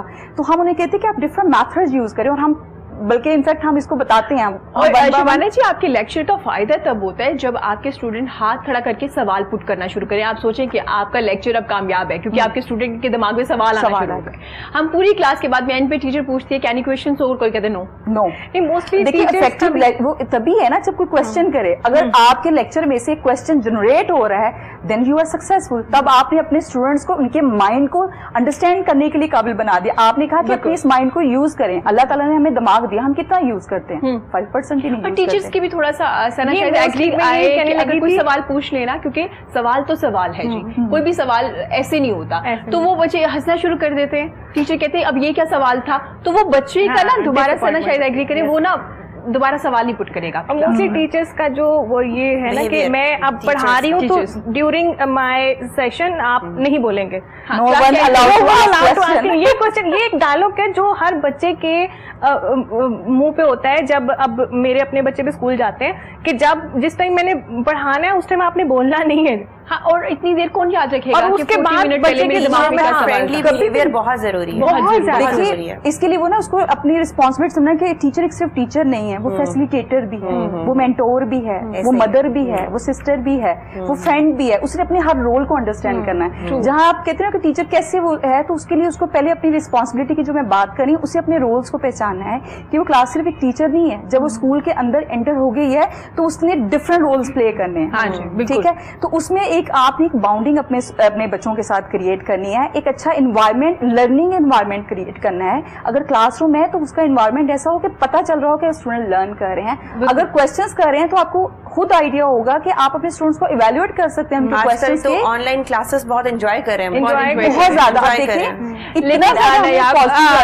स्टूडेंट एंजॉय करे, टीचर परेशान है ऑनलाइन क्लासेस से। नहीं, टीचर वो भी एंजॉय, मैंने तो देखा टीचर्स भी एंजॉय कर रहे हैं। हमारे गवर्नमेंट सेक्टर के बहुत से टीचर परेशान है ऑनलाइन क्लासेस से क्योंकि उनको ट्रेन नहीं किया गया था। बहुत से हमारे बच्चे जो कंप्यूटर वो जो नहीं पता, तो उनके लिए तो एक प्रॉब्लम है ना, प्रॉब्लम हो गई हुई है। बच्चे तो सो रहे हैं, माइक ऑन है, वो तो एंजॉय कर रहे हैं, मतलब वो कैमरा, मतलब हाँ, वो इजी फन टाइम बना हुआ है। देखिए हमने स्टार्ट किया, हम लोग खुद थे, हम जूम को अब लेकर चल रहे हैं, हम गूगल क्लास को लेकर चल रहे हैं, हमने एडमोडो को इंट्रोड्यूस मैं और हरान तो बहुत बड़े स्ट्रेंथ, और इससे पहले ये चीजें हमें पता भी नहीं। आप इमेजिन करें, हमने खुद उनको डेमो दिए। मैं क्योंकि IT ट्रेनर भी हूँ तो ये रिस्पॉन्सिबिलिटी मेरे पास आती है। ट्रेनर भी है वैसे हमारे यहाँ खवातीन सबसे कम IT डिपार्टमेंट में जाती है। बिल्कुल, उनको लगता है ये बहुत ड्राई है, ये सिर्फ बैठ के काम करने वाला है, ये सिर्फ हज़रात के लिए, जबकि मुझे लगता है IT में आप बहुत ज्यादा आगे जा सकते हैं, बहुत ज्यादा। अब जब हमारे पास स्पेशली जो हम लोगों का जो टारगेट है हमारे इंस्टीट्यूट का, कि हमने क्योंकि टीचर्स को वेल इक्विप्ड करना है, उनके हर एरिया पे वर्क करना है। अगर हमारे पास अगर मॉन्टेसरी के लिए, ECCA के लिए टीचर आ रही है तो हम सिर्फ उसको उसमें नहीं रखते, हम उनको फ्री IT सिखाते हैं। मैं खुद फ्री IT क्लासेस देती हूँ, ठीक है। हम उनको स्पोकन पे उनके फोकस करते हैं, हम उनकी सॉफ्ट स्किल्स पे करते हैं। आज का स्ट्रेस कितना है, हमारा वीकली हम लोग फ्री वर्कशॉप दे रहे होते हैं, जो 10 से 11 या 11:30 का टाइम पीएमए का टाइम होता है, वो हमने अपने स्टूडेंट्स के लिए लर्निंग टाइम रखा है, फ्री लर्निंग। बिल्कुल शबाना, हम स्ट्रेस मैनेजमेंट पे भी काम करेंगे क्योंकि स्ट्रेस लेवल बहुत ज्यादा है आजकल है, इस बारे में भी बात करेंगे। नयाब से पूछेंगे, नयाब अभी आपका ओपन है जहाँ पे आप काम कर रही हैं, एसओपीज पे अमल किया जा रहा है जितना बताया जा रहा है, इसके बगैर तो गुजारा भी नहीं है, गुजारा नहीं है। मेरा ख्याल है पहले पहले ही मेरे एसओपीज इसी तरह के थे, क्योंकि स्किन से रिलेटेड है तो मोस्टली मुझे हाइजीन ख्याल रखना पड़ता है। नहीं, अब हम एक्ने की बात कर रहे थे, एक्ने जब खत्म हो जाता है, कुछ लोग अगर उसको टच करते हैं ज्यादा तो निशान छोड़ जाता है, वो ब्लैक कलर का जो ऐसा रेड होता है फिर ब्लैक होना शुरू हो जाता है, और अगर कुछ लोग टच ना भी करें ना, उनका एक्ने जो है वो निशान छोड़ के जाता है आपकी स्किन पे। तो मुझे इसके बारे में भी बताइएगा, इसका ट्रीटमेंट क्या है? अच्छा, एक्ने स्कार्स पे भी डिफरेंट वैरायटीज होती है, ठीक है। कुछ के पोस्ट एक्ने स्कार जैसे खड्डे पड़ जाते हैं, ठीक है, वो बहुत बुरी लगती है स्किन, और कुछ के रेड स्पॉट्स बन जाते हैं, जैसे एक्ने अभी ताजा खत्म हुआ तो एक रेड स्पॉट रह जाता है, फिर 1 साल या 2 साल बाद वो ब्राउन कलर में चेंज हो जाता है। अच्छा, उसका ट्रीटमेंट डिफरेंट है, पोस्ट एक्ने स्कार्स का डिफरेंट है, और तीनों चीजें मतलब डिपेंड करता है कलर का और उसका मतलब आपकी स्किन के ऊपर। अगर आपकी ड्राई स्किन है तो उसका ट्रीटमेंट डिफरेंट होगा, अगर आपकी ऑयली स्किन है तो उसका ट्रीटमेंट डिफरेंट। इसका भी कोई फेशियल है या फेशियल्स हैं इसके? देखें, मल्टीपल प्रोसीजर्स हैं, बट इसमें मैं कुछ ऐसा केमिकल्स वगैरह मैं यूज नहीं करती, मैं नॉन इन्वेसिव काम करती हूँ कि उससे आपको कोई साइड इफेक्ट नहीं होगा, मतलब कोई साइड इफेक्ट नहीं। फायदा बेशक फायदा स्लो होगा, नहीं फायदा भी होगा, और देखें ट्रीटमेंट्स हर कोई कर रहा है, ठीक है, लेकिन उसको समझना और उसको स्किन टू स्किन वेरी करना ये काउंट करता है। आप मेरे पास आ रहे हो, आपकी स्किन डिफरेंट है, वो मेरे पास आएंगी, उनकी डिफरेंट है, मैं दोनों पे सेम प्रोसीजर्स नहीं कर सकती। अगर मैं दोनों पे करूंगी भी तो आप पे रिजल्ट और आएगा, उन पे और आएगा, बिल्कुल ठीक है। और जो स्कारिंग है, स्कारिंग समटाइम्स ये होता है हम प्रोसीजर कर देते हैं, वो स्कार बढ़ भी जाते हैं, ये प्रोसीजर के बाद। जी, प्रोसीजर के बाद वो होता ही है, हमारे एनवायरमेंट बाद हम लोग को ट्रीटमेंट करके भेज दिया जाता है। मोस्टली कॉस्मेटोलॉजिस्ट डॉक्टर्स प्रोसीजर्स करके भेज देते हैं, लेकिन उसके बाद जो होम केयर है वो नहीं बताते। बिल्कुल, अब अगर वो बता दें तो हम नहीं करते, हमें लगता है कि हमने इतना पे कर दिया तो बस हमारी जिम्मेदारी। बिल्कुल जी, डॉक्टर पे सारी जिम्मेदारी है, हमने आपको पैसे दे दिए हैं, आपने ट्रीटमेंट कर दिया है, बस हम ठीक हो गए। हम भाई हम अलादीन का चिराग हैं, क्या है हम भाई, मतलब आपने कॉल भी आती है कि मैम इतना पे किया के बाद ये क्या हो रहा है, कुछ भी नहीं हो रहा। कॉल्स तो रात को 3 बजे भी आ जाती है। अच्छा, हाँ जी, मुझे ये हो रहा है, मेरी फेस पे इचिंग हो रही है, आप मुझे बताएं, मैंने आपको एक लेजर ट्रीटमेंट किया, अब उसके बाद जब आप चूल्हे के आगे जाके खड़ी होंगी तो फिर इसमें मेरा क्या? तो नॉर्मल भी प्रॉब्लम। अच्छा, फिर हमने मानना भी नहीं, हमने आगे से मानना भी नहीं, हमने तो कुछ नहीं किया, हम तो सारे दिन एसी में बैठे रहे, ठीक है। और मुझे तो पता चल जाता है, मेरी फील्ड है कि आपने ये इसके बाद ये काम किया है तो ये इसकी रिजल्ट ये आया, ठीक है। अब स्कारिंग है, स्कारिंग के लिए आपको मैं अगर हम एक सपोज माइक्रो नीडलिंग एक प्रोसीजर है, वो मेरा मोस्ट फेवरेट प्रोसीजर है कि अगर मुझे भी अगर अपनी कोई फेस पे कोई स्कारिंग या माइक्रो नीडलिंग में आपका ओवरऑल सब कुछ ट्रीट होता है, आपकी एंटी एजिंग भी, आपके ओपन पोर्स भी, आपकी स्कारिंग भी, आपका कोलेजन डेवलप होता है, वो एक ही ट्रीटमेंट से काफी चीजें हो रही ट्रीटमेंट्स में, लेकिन माइक्रो नीडलिंग करने के भी तरीका होता है, ठीक हो गया। आप पे डिफरेंट तरीके से होगा, उनके डिफरेंट तरीके से होगा। स्किन आपकी थिन है, किसी की थिक है, किसी की थिन है, तो वो डिफरेंट हमने अपनी अब एक्सपीरियंस इसी चीज में है, तो उसके लिए उसमें यह है कि आपको कम से कम 1 या 2 दिन कम से कम हीट से, डायरेक्ट सनलाइट से, चूल्हे से, इन चीजों से परहेज। तो आज का ये जो हमारा वक्त चल रहा है, ये सबसे बेस्ट है ट्रीटमेंट लेने का, क्योंकि आप घरों में, आप ज्यादा घरों में हैं, एग्जैक्टली। लेकिन देखें गर्मी कितनी है, इतनी गर्मी, हमें स्वेटिंग हो रही है, पसीना आ रहा है, हीट है, बॉडी में हीट अप हुई हुई है, तो वो करें बिल्कुल, लेकिन अपनी मतलब अच्छा सा एक कूल एनवायरनमेंट में आप बैठे, रिजल्ट्स के बहुत अच्छे हैं, बहुत अच्छे। और आपने जैसे जिक्र किया कि 2-3 चीजें इसके साथ माइक्रो नीडलिंग बहुत जबरदस्त है एक्ने स्कार्स के लिए, और भी प्रोसीजर्स हैं, मैंने सिर्फ अभी एक प्रोसीजर का नाम लिया है। ठीक हो गया नयाब, लेकिन हमारे यहाँ जब से ये स्टैटिक प्रोसीजर इसको कहते हैं स्टार्ट हुआ है, तो बहुत ज्यादा लोगों ने ये स्टार्ट कर दिया है। इसके लिए कोई स्पेशलाइजेशन है, आपने किया है कहीं से? क्योंकि या सिर्फ आपको अगर ये एक मशीन चलानी आती है और आपने किसी के साथ कुछ टाइम गुजारा है, तो वो लोग भी कर रहे हैं आजकल, आपको ज्यादा बेहतर? एग्जैक्टली ऐसा ही है, स्किन को पढ़ना बहुत जरूरी है इसके लिए, और मेरा पिछले 8 साल का इस चीज में एक्सपीरियंस है। मैंने अब्रॉड से ही सारी डिफरेंट एरियाज से जाके जो बेस्ट था मैंने वहां से सब सीख कर आई हूँ, और एक्सपीरियंस इतना हो गया हुआ है। फिर भी मैं कहती हूँ इंसान कभी भी कंप्लीट, मैं अभी भी समझती हूँ कि मुझे अपडेट करना है, मुझे ये भी जाना है, मैंने ये भी सीखना है, मुझे हर वक्त होता है कि एक्सप्लोर करूं डिफरेंट नई नई। देखिए मशीनरी, अब लेजर आज से 10 साल पहले और था, बिल्कुल आज और है। हमारी मदर के जमाने में लेजर होता था जी, वो तो कहते बहुत पेनफुल है, बहुत पेन। अभी मेरे पास पेशेंट्स आते हैं कहते हैं पेन दर्द तो नहीं होगी, हाँ पूछते हैं, सबसे पहले पूछते हैं। मैं हैरान होती हूँ किस बात की दर्द, क्योंकि मेरे लेजर में तो कोई पेन नहीं है। मतलब मेरे पेशेंट मुझसे बात करते करते लेजर करवा के चले भी जाते हैं और पता भी नहीं चलता। और मैं कोई क्रीम नहीं देती, उनको कुछ नहीं करती, कोई जलन नहीं, कोई बर्निंग नहीं, कुछ भी नहीं। हाँ अभी कुछ लोगों के पास मशीनरी ऐसी पड़ी हुई है जिससे वो पेनफुल है, हीट बहुत ज्यादा है, स्किन बर्न हो जाती है। देखिए मशीन ला के बकायदा आवाज आ रही होती है, टक टक की, और यू नो एक फील हो रहा है। मशीन ला के रख ले, ठीक है, और आप किसी बंदे को के लेजर कर दे। मशीन चलानी और मशीन को समझना और स्किन के बारे में पता होना। अब मशीन के अंदर इतनी वैरायटीज हैं कि आपकी स्किन टोन और है, उनकी और है। एक ही मशीन को हम एक तरीके से यूज नहीं कर सकते, स्किन बर्न भी हो जाएगी।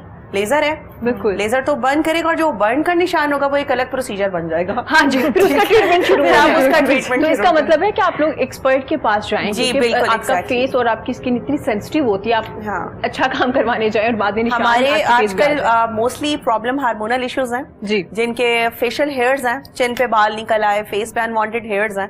मेरे पास अगर 100 पेशेंट है सपोज, तो 90 पेशेंट लेजर के हैं। लेजर किया खवातीन, बच्चियां छोटी छोटी एज की, हाँ बिल्कुल 13-12 साल की बच्चियां, हाँ जी बिल्कुल, इतनी दाढ़ी बाल निकल रहे हैं चेहरे पे।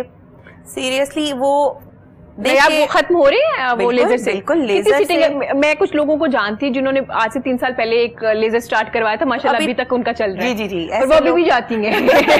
ये क्या वजह है, क्या वजह, क्यों? मुझे मैं आजकल इसी पे ना सर्च कर रही हूँ कि मतलब लोगों को, अच्छा अगर आपको नहीं फर्क पड़ रहा, आप अपने डॉक्टर से बात करें। भाई 3 साल हो गए, हमने कमेटी डाली हुई है कि हमने डेली आना है, हमने आके महीने में आके। इतनी दोस्ती हो गई, अब उसको लेजर के बारे में भी पता है कि ये करना कैसे, बड़ा फ्रेंडली माहौल है। नहीं कर लूंगा, वो ऐसा है, ऐसे ही है, वो यही होता है। आप नहीं है कोई नहीं, बैठे हम खुद करेंगे। हाँ जी, पूरा मैं उनके साथ एक बार गई थी, बातें भी करी, करवा के 3 years is too much time। अगर आपको, मेरा ख्याल है कि दूसरे बाल निकल आते हैं। हाँ बिल्कुल, वो आगे से रिकमेंड भी करती है उस डॉक्टर के, डॉक्टर बड़ी अच्छी, डॉक्टर अच्छी, आपका ट्रीटमेंट अच्छा नहीं है, 3 साल से आ रही है आप। वो उनके थोड़े चिन पे है और आई थिंक अपर लिप्स वो करवा रही है। तो देखिए हाँ, अगर उनको कोई हार्मोनल इशू नहीं है तो 6 to 8 सेशन उन्होंने अपने टेस्ट करवाए हुए हैं, वो ठीक है उनके। अच्छा, टेस्ट करवाए फिर 6 to 8 सेशन आपके डन है, इनफ है, इनफ, ठीक है। अगर आपको नहीं हो रहा है, उस पे हम ये करते हैं कि अगर 8 सेशंस में अगर आपको फर्क पड़ गया तो मैं फिर फॉलोअप पे लगा देती हूँ। फॉलोअप पे मतलब आप 2 मंथ्स के बाद आप आ जाओ। हाँ जी, 2 मंथ्स के बाद आप आ जाओ, फिर आप 3 मंथ्स का गैप डाल दो। देखिए अगर आपको कोई डॉक्टर कह रहा है ना कि आपके परमानेंट हेयर रिडक्शन हो जाएगा आपके बाल में, वो झूठ बोल रहा है। ठीक है, मैं भी अगर कह रही हूँ वो भी झूठ है। अभी और हम नयाब से सच पूछेंगे कि असल में होता क्या है, क्योंकि ये जो इतने लोग काम कर रहे हैं, सच बताएंगे। नयाब हमारे साथ है, नयाब, इनसे पूछेंगे। लेकिन इसके मेरा ख्याल है कि हमें फलक से गाना सुन लेना चाहिए, फिर दोबारा वापस आएंगे सच्चाई की तरफ।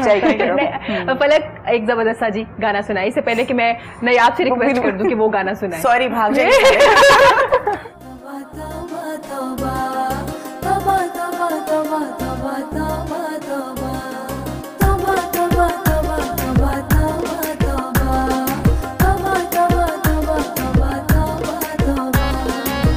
मस्त मलंग चकिताई, डाडा दिल तंग चकिताई, मस्त मलंग चकिताई, डाडा दिल तंग चकिताई, दे जा दीदार सुना यार मेरी तौबा तौबा, ओ मेरी तौबा तौबा, मस्त मलंग चकिताई, तौबा तौबा तौबा तौबा तौबा तौबा, तौबा तौबा तौबा तौबा तौबा तौबा।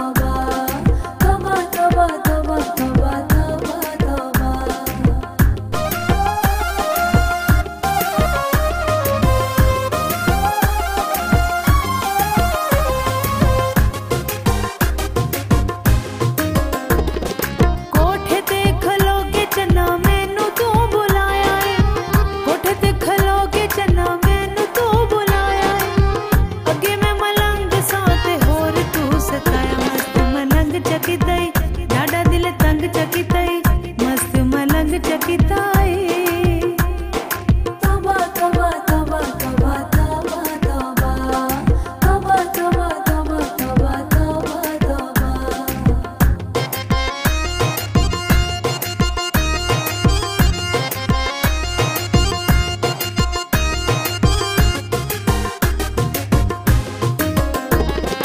कोठे ते खलोती तेरे लम्बे लम्बे वाल कोठे ते खलोती तेरे लम्बे लम्बे वाल शाला कोठा ढे पवे टुर चल मलंग दे नाल मस्त मलंग चकितई ढाडा दिल तंग चकितई दे जा दीदार सोना यार मेरी तौबा तौबा ओ मेरी तौबा तौबा मस्त मलंग चकितई तौबा तौबा तौबा तौबा तौबा तौबा तौबा तौबा तौबा तौबा तौबा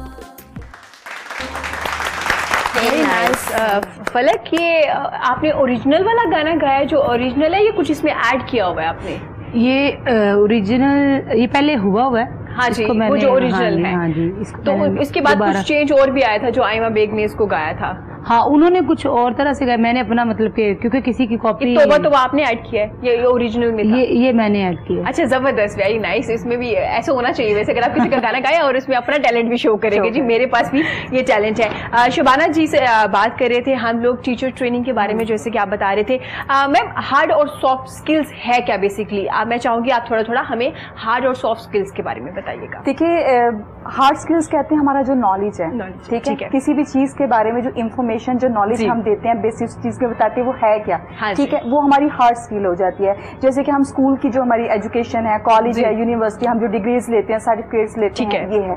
लेकिन सॉफ्ट स्किल्स हैं कि उसी इंफॉर्मेशन या नॉलेज को कितना इफेक्टिव वे में हमने अपनी रूटीन लाइफ में, अपनी प्रैक्टिकल लाइफ में हम उसको इफेक्टिव वे में यूज कर सकते हैं। किस तरह हमने अपनी मैनेज करना है अपनी प्रॉब्लम्स को, अपने काम को, किस तरह टाइम के अकॉर्डिंग उसको लेकर जा रहे हैं, किस तरह हम अपने जो हमारी टीम है, एम्प्लॉयज हैं, उसको हमने किस तरह उनसे काम लेना है, टीम वर्क कैसे करना है, कोलैबोरेट कैसे करना है, कम्युनिकेशन स्किल्स पे हम बहुत ज्यादा वर्क करते हैं। देखिए, हम दूसरों की बात को अंडरस्टैंड नहीं कर पाते, उससे क्या होता है कि हम उनसे दूर चले जाते हैं। हम समटाइम कोई कुछ कहना कुछ और चाह रहा होता है, हम कुछ और समझ रहे होते हैं, जो हमारे यहाँ ये गैप बहुत ज्यादा है, ठीक है, जिसकी वजह से हमारे रिलेशंस खराब होते हैं, ठीक है, चाहे आपकी पर्सनल लाइफ में हो, चाहे प्रोफेशनल लाइफ में हो, ठीक है, हर जगह पे ये है। और ये इसकी जो बेसिक रीजन है, अगर रिसर्च भी देखें तो वो कहते हैं गैप आता है, कम्युनिकेट नहीं आप कर पाते, आप अपनी बात नहीं दूसरों को बता पाते। तो अगर आप अपनी बात दूसरों को बताने के लिए उसको समझ रहे हैं, समझा रहे हैं, तो आप में ये स्किल है, आप इसको यूज कर सकते हैं। हाँ, हमारा ये प्रॉब्लम भी आता है ना, जब हम किसी को सुन रहे होते हैं ना, तो हम उनको जवाब देने के लिए सुन रहे होते हैं, तो वहाँ पे भी प्रॉब्लम आ जाता है। हमें होता है कि अब ये बात की है तो मुझे जवाब क्या देना है, ना कि ये कि हम अंडरस्टैंड करें कि अगर ये बात ठीक कर रहे हैं तो मैं एग्री करके आगे जो है हमारा वो फर्दर बढ़ाके जाए। देखिए, हम कहते हैं कॉन्फ्लिक्ट मैनेजमेंट, कॉन्फ्लिक्ट क्रिएट होते हैं इसी वजह से होते हैं। अगर आप मुझे बात कह रही हैं तो मैं आपकी बात को अंडरस्टैंड नहीं करूंगी कि उसके पीछे पर्पस क्या है। हाँ जी, मैं सुन के फौरन सुनती हूँ रिप्लाई करने के लिए, और ये इट्स आवर हैबिट, ये हम तमाम हम में है आदत, तो जिसकी वजह से हमें प्रॉब्लम्स क्रिएट होती हैं। तो हम इसको सिखाते कि किस तरह आपने दूसरों, अगर आप चाहते हो कि दूसरे आपको समझें तो पहले दूसरों को समझना जरूरी है, ये बहुत जरूरी है, ठीक है। तो ये भी इसमें हम सॉफ्ट स्किल्स में आ जाता है, हर एक में नहीं आती। और दूसरा ये कि कहा जाता है कि ये तो पैदाइशी होती हैं, नहीं ये तो हम, लेकिन सॉफ्ट स्किल्स सीखी जा सकती हैं, इट्स अ लर्नेबल। आप थोड़ी सी प्रैक्टिस से आप इसको सीख सकते हैं, भी आप सीखना शुरू हो जाते हैं ना। फॉर एग्जांपल, हम 4 लोग बैठे और आपकी ये हैबिट है और आप वो डेली कर रही हैं, हम एक कोलीग जो होते हैं वो एक स्टाफ रूम में भी तो बैठे होते हैं ना, तो कहीं ना कहीं वो आप दूसरों में भी डेवलप होना शुरू हो जाती है। देखिए, हम अपनी इन्वायरमेंट से सीखते हैं और कोई भी हैबिट है, जैसे स्किल्स है, हम इसको अपनी पर्सनैलिटी का हिस्सा बना सकते हैं। रिसर्च पे कहते हैं कि 21 डेज लगते हैं हमें, 21 दिन में आप अपनी हैबिट को बना भी सकते हैं, उसको उससे कहते हैं 21 डेज में खत्म भी कर सकते हैं। जबरदस्त। तो आपको सिर्फ इस पे वर्क करना है, उसको आपने उसकी पहले इंपॉर्टेंस को समझना है और फिर उस पर वर्क करना है, पहले अपने आप को तैयार करना है कि चेंज करना है या नहीं है। देखिए, हम लोग जो स्पेशली मुझे ये है कि हैबिट्स हैं कुछ है जो हमें अपनी लाइफ का हिस्सा बनानी चाहिए, जो हमें होनी चाहिए, जो हमें हेल्प करती हैं आगे बढ़ने में, सक्सेस हासिल करने में, दूसरों के साथ एक इफेक्टिव रिलेशंस बनाने पे, कामयाब रिलेशन बनाने में। तो उसे हमें अपनी पर्सनालिटी का हिस्सा होना चाहिए, हमें खुद को अंडरस्टैंड करना चाहिए। हम खुद को नहीं जानते, जब तक हम खुद को पहचाने के लिए हम पता नहीं होगा हमने आगे क्या करना है। बिल्कुल, इस वजह से भी हमारे पास जितना नॉलेज हो, जितना भी हो, लेकिन मेरा ख्याल है शबाना जी, अगर आप मेंटली तौर पे तैयार नहीं है चीजों को चेंज करने के लिए, सीखने के लिए, जितने बड़े मोटिवेशनल स्पीकर हो, जितने बड़े ट्रेनर हो, आप नहीं सीख नहीं सर सकते। ऐसी है, ऐसा ही बिल्कुल ट्रू है, जब तक आप खुद सीखना नहीं चाहेंगे। देखिए, हम मोटिवेट कर सकते हैं, हम उन्हें बता सकते हैं कि हम उसको मंजिल तक नहीं लेके जा सकते, उसने खुद जाना। उसके लिए आपको खुद स्ट्रगल करना। अब मोटिवेट करना क्या है? रास्ता दिखाना जी, तो तुम्हारे लिए क्या बेहतर है ना। हर इंसान की डिफरेंट नेचर होती है। मतलब कुछ लोगों का स्किल्स अप होता है लेकिन उनको टीच नहीं कर सकते, किसी को बता नहीं सकते, एग्रेसिव हो जाते हैं। आप उनसे एक से नेक्स्ट क्वेश्चन पूछोगे वो तो आपको गला पकड़ लेंगे भाई। लेकिन अगर आता सब कुछ है लेकिन बताना नहीं। अच्छा, ये ट्रेनिंग में डॉक्टर्स की भी होनी चाहिए, चीज है ना, हमने कैसे कंट्रोल करना है। हमने अपनी इस नेचर को जो हमें पता है, देखिए हम नेचर चेंज कहते नहीं कर सकते, वो चीज है, ठीक है, हम कंट्रोल तो कर सकते हैं, कंट्रोल कर सकते हैं। अच्छा शिवानी जी, ये सिर्फ टीचर की नहीं, ये डॉक्टर्स की, लॉयर्स की, जो भी डिपार्टमेंट की ट्रेनिंग होनी चाहिए। देखिए, ट्रेनिंग हर जगह जरूरत है, खुद को अपग्रेड करना, अपडेट करना हर एक के लिए जरूरी है। टीचिंग में हम ज्यादा इसलिए कहते हैं क्योंकि उन्होंने आगे न्यू जनरेशन को तैयार करना है, तो उनके लिए ये बहुत इंपॉर्टेंट है। उनको हर वक्त लर्निंग मोड में रहना चाहिए। बच्चे तो आजकल ऑलरेडी ट्रेंड है, वो तो कहते हैं हमसे सीख लो, वो रेडी है। और बच्चे जो सीख भी रहे हैं, आप देखिए सोशल मदर्स को नहीं आता तो बच्चों को आ रहा होता है। जूम ऐप का सीरियसली मुझे आइडिया नहीं था, मेरे बच्चों ने खुद ही डाउनलोड करके खुद ही सारा कुछ क्लासेस लेके, और जबकि मैंने खुद टीचर्स को, प्रिंसिपल्स को, कोऑर्डिनेटर्स को मैंने सिखाया है। इसमें कोई ऐसा इसमें कहते हैं रॉकेट साइंस नहीं है। 5 to 6 मिनट लगते हैं, आप इंस्टॉल कर लेते हैं और स्टेप बाय स्टेप हमें बताना पड़ता है। इसे आप खुश हैं ये जो ऑनलाइन क्लासेस हुई हैं, आप इससे मुतमईन हैं? अल्हम्दुलिल्लाह। देखिए, जब स्टार्ट में हमें लग रहा था, हमें बहुत से चैलेंजेस को फेस करना पड़ा। स्पेशली हमें अपने टीचर्स को विलिंग करना, उन्हें बताना पड़ा कि इसके फायदे हैं। वो कहते थे नहीं, फिजिकल क्लासेस होंगे then we can take classes. लेकिन ये सिचुएशन के मुताबिक हम कर रहे हैं ना, बजाय इसके कि हम घर में बैठ जाएं। हमने सिचुएशन को फेस नहीं, एक्सेप्ट नहीं ना किया पहले, अब उसको एक्सेप्ट करें। नहीं, हम ये कैसे हो सकता है। देखिए, अगर आप हमारे हिस्ट्री को देखें तो डिस्टेंस लर्निंग को इम्पोर्टेंस कोई वैल्यू नहीं थी। ठीक है, हमारी जितनी डिस्टेंस लर्निंग की यूनिवर्सिटीज हैं, उनके डिग्रीज को, सर्टिफिकेट को दूसरी यूनिवर्सिटी एक्सेप्ट नहीं करती। आप उसकी बिहाव पे जॉब्स नहीं ले सकते। मैंने खुद बीएड किया, मास्टर्स कर रही थी यूनिवर्सिटी से, तो मैंने कहा चलिए साथ साथ बीएड भी कर लेते हैं, तो मैंने इसे डिस्टेंस लर्निंग के थ्रू किया। तो जब मैंने जॉब स्टार्ट की एज ए टीचर फर्स्ट थी, तो जब प्रिंसिपल जब मैंने अपनी सीवी दिखाई, उस पर मेंशन था, यूनिवर्सिटी का नेम भी मेंशन था जहां से मैंने किया, कहते इसका तो कोई फायदा नहीं है, इसका कोई फायदा नहीं है। कहते ये तो आपने वेस्ट किया, आपने अपनी मनी वेस्ट की, टाइम वेस्ट किया। मैंने उनसे कहा हाउ यू कैन नो, मैंने सीखा है, मुझे पता है, मैंने इससे लर्न किया है। देखिए, और आज हम उसी को इम्पोर्टेंस दे रहे हैं। आज सब वही ये कर रहे हैं, मजबूर हो गए ना, फोर्सफुली कर रहे हैं। और इसके लेकिन अब जब एक्सेप्ट किया तो इसके बहुत अच्छे आप देखिए बेनिफिट्स हैं, इफेक्टिव आज नहीं हमें नजर आ रहे, लेकिन जब सिचुएशन ठीक होगी, आज वही टीचर्स जो घर बैठे शिवानी जी, हमारी आदत भी है ना, हम चेंज को जल्दी एक्सेप्ट नहीं करते हैं। ये प्रॉब्लम थी। अभी आहिस्ता आहिस्ता जब देखा कि नहीं गुजारा हो रहा, अब करना पड़ेगा, तो हमने स्टार्ट कर रिवेल होता है ना बीच में। हाँ बिल्कुल, ये होता है। ऐसा ना, आपने डिफरेंट इंटरव्यूज किए होंगे लोगों के, तो मैं चाहूंगी आप थोड़ा बताइए कोई ऐसा इंटरव्यू जो बहुत अच्छा लगा हो, जिससे सीखने को बहुत कुछ डेफिनेटली आपको सीखने को मिलता है हर किसी से। तो कोई एक ऐसा इंटरव्यू होता है ना जो आप बड़ा खुश हुई हो करके? इंटरव्यूज तो डिफरेंट है, डिफरेंट एक्सपीरियंसेस हैं, मगर कुछ इंटरव्यूज ऐसे होते हैं जिसमें आपको सीखने को बहुत कुछ मिलता है और आपको ये पता चलता है कि अगले बंदे में कितनी बर्दाश्त है आपको बर्दाश्त करने के लिए क्योंकि मोस्टली हम तो कुछ बिल्कुल सेटल्ड करते हैं कि हमें पता था कि होस्ट कौन है, गेस्ट कौन है, वो हमने बैठ के कर लेना।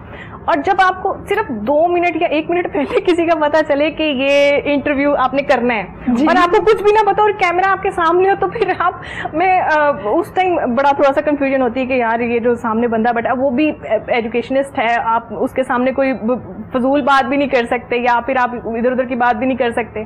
और कुछ लोग ऐसे होते हैं वो कह भी देते हैं कि ये क्या सवाल था वैसे। ये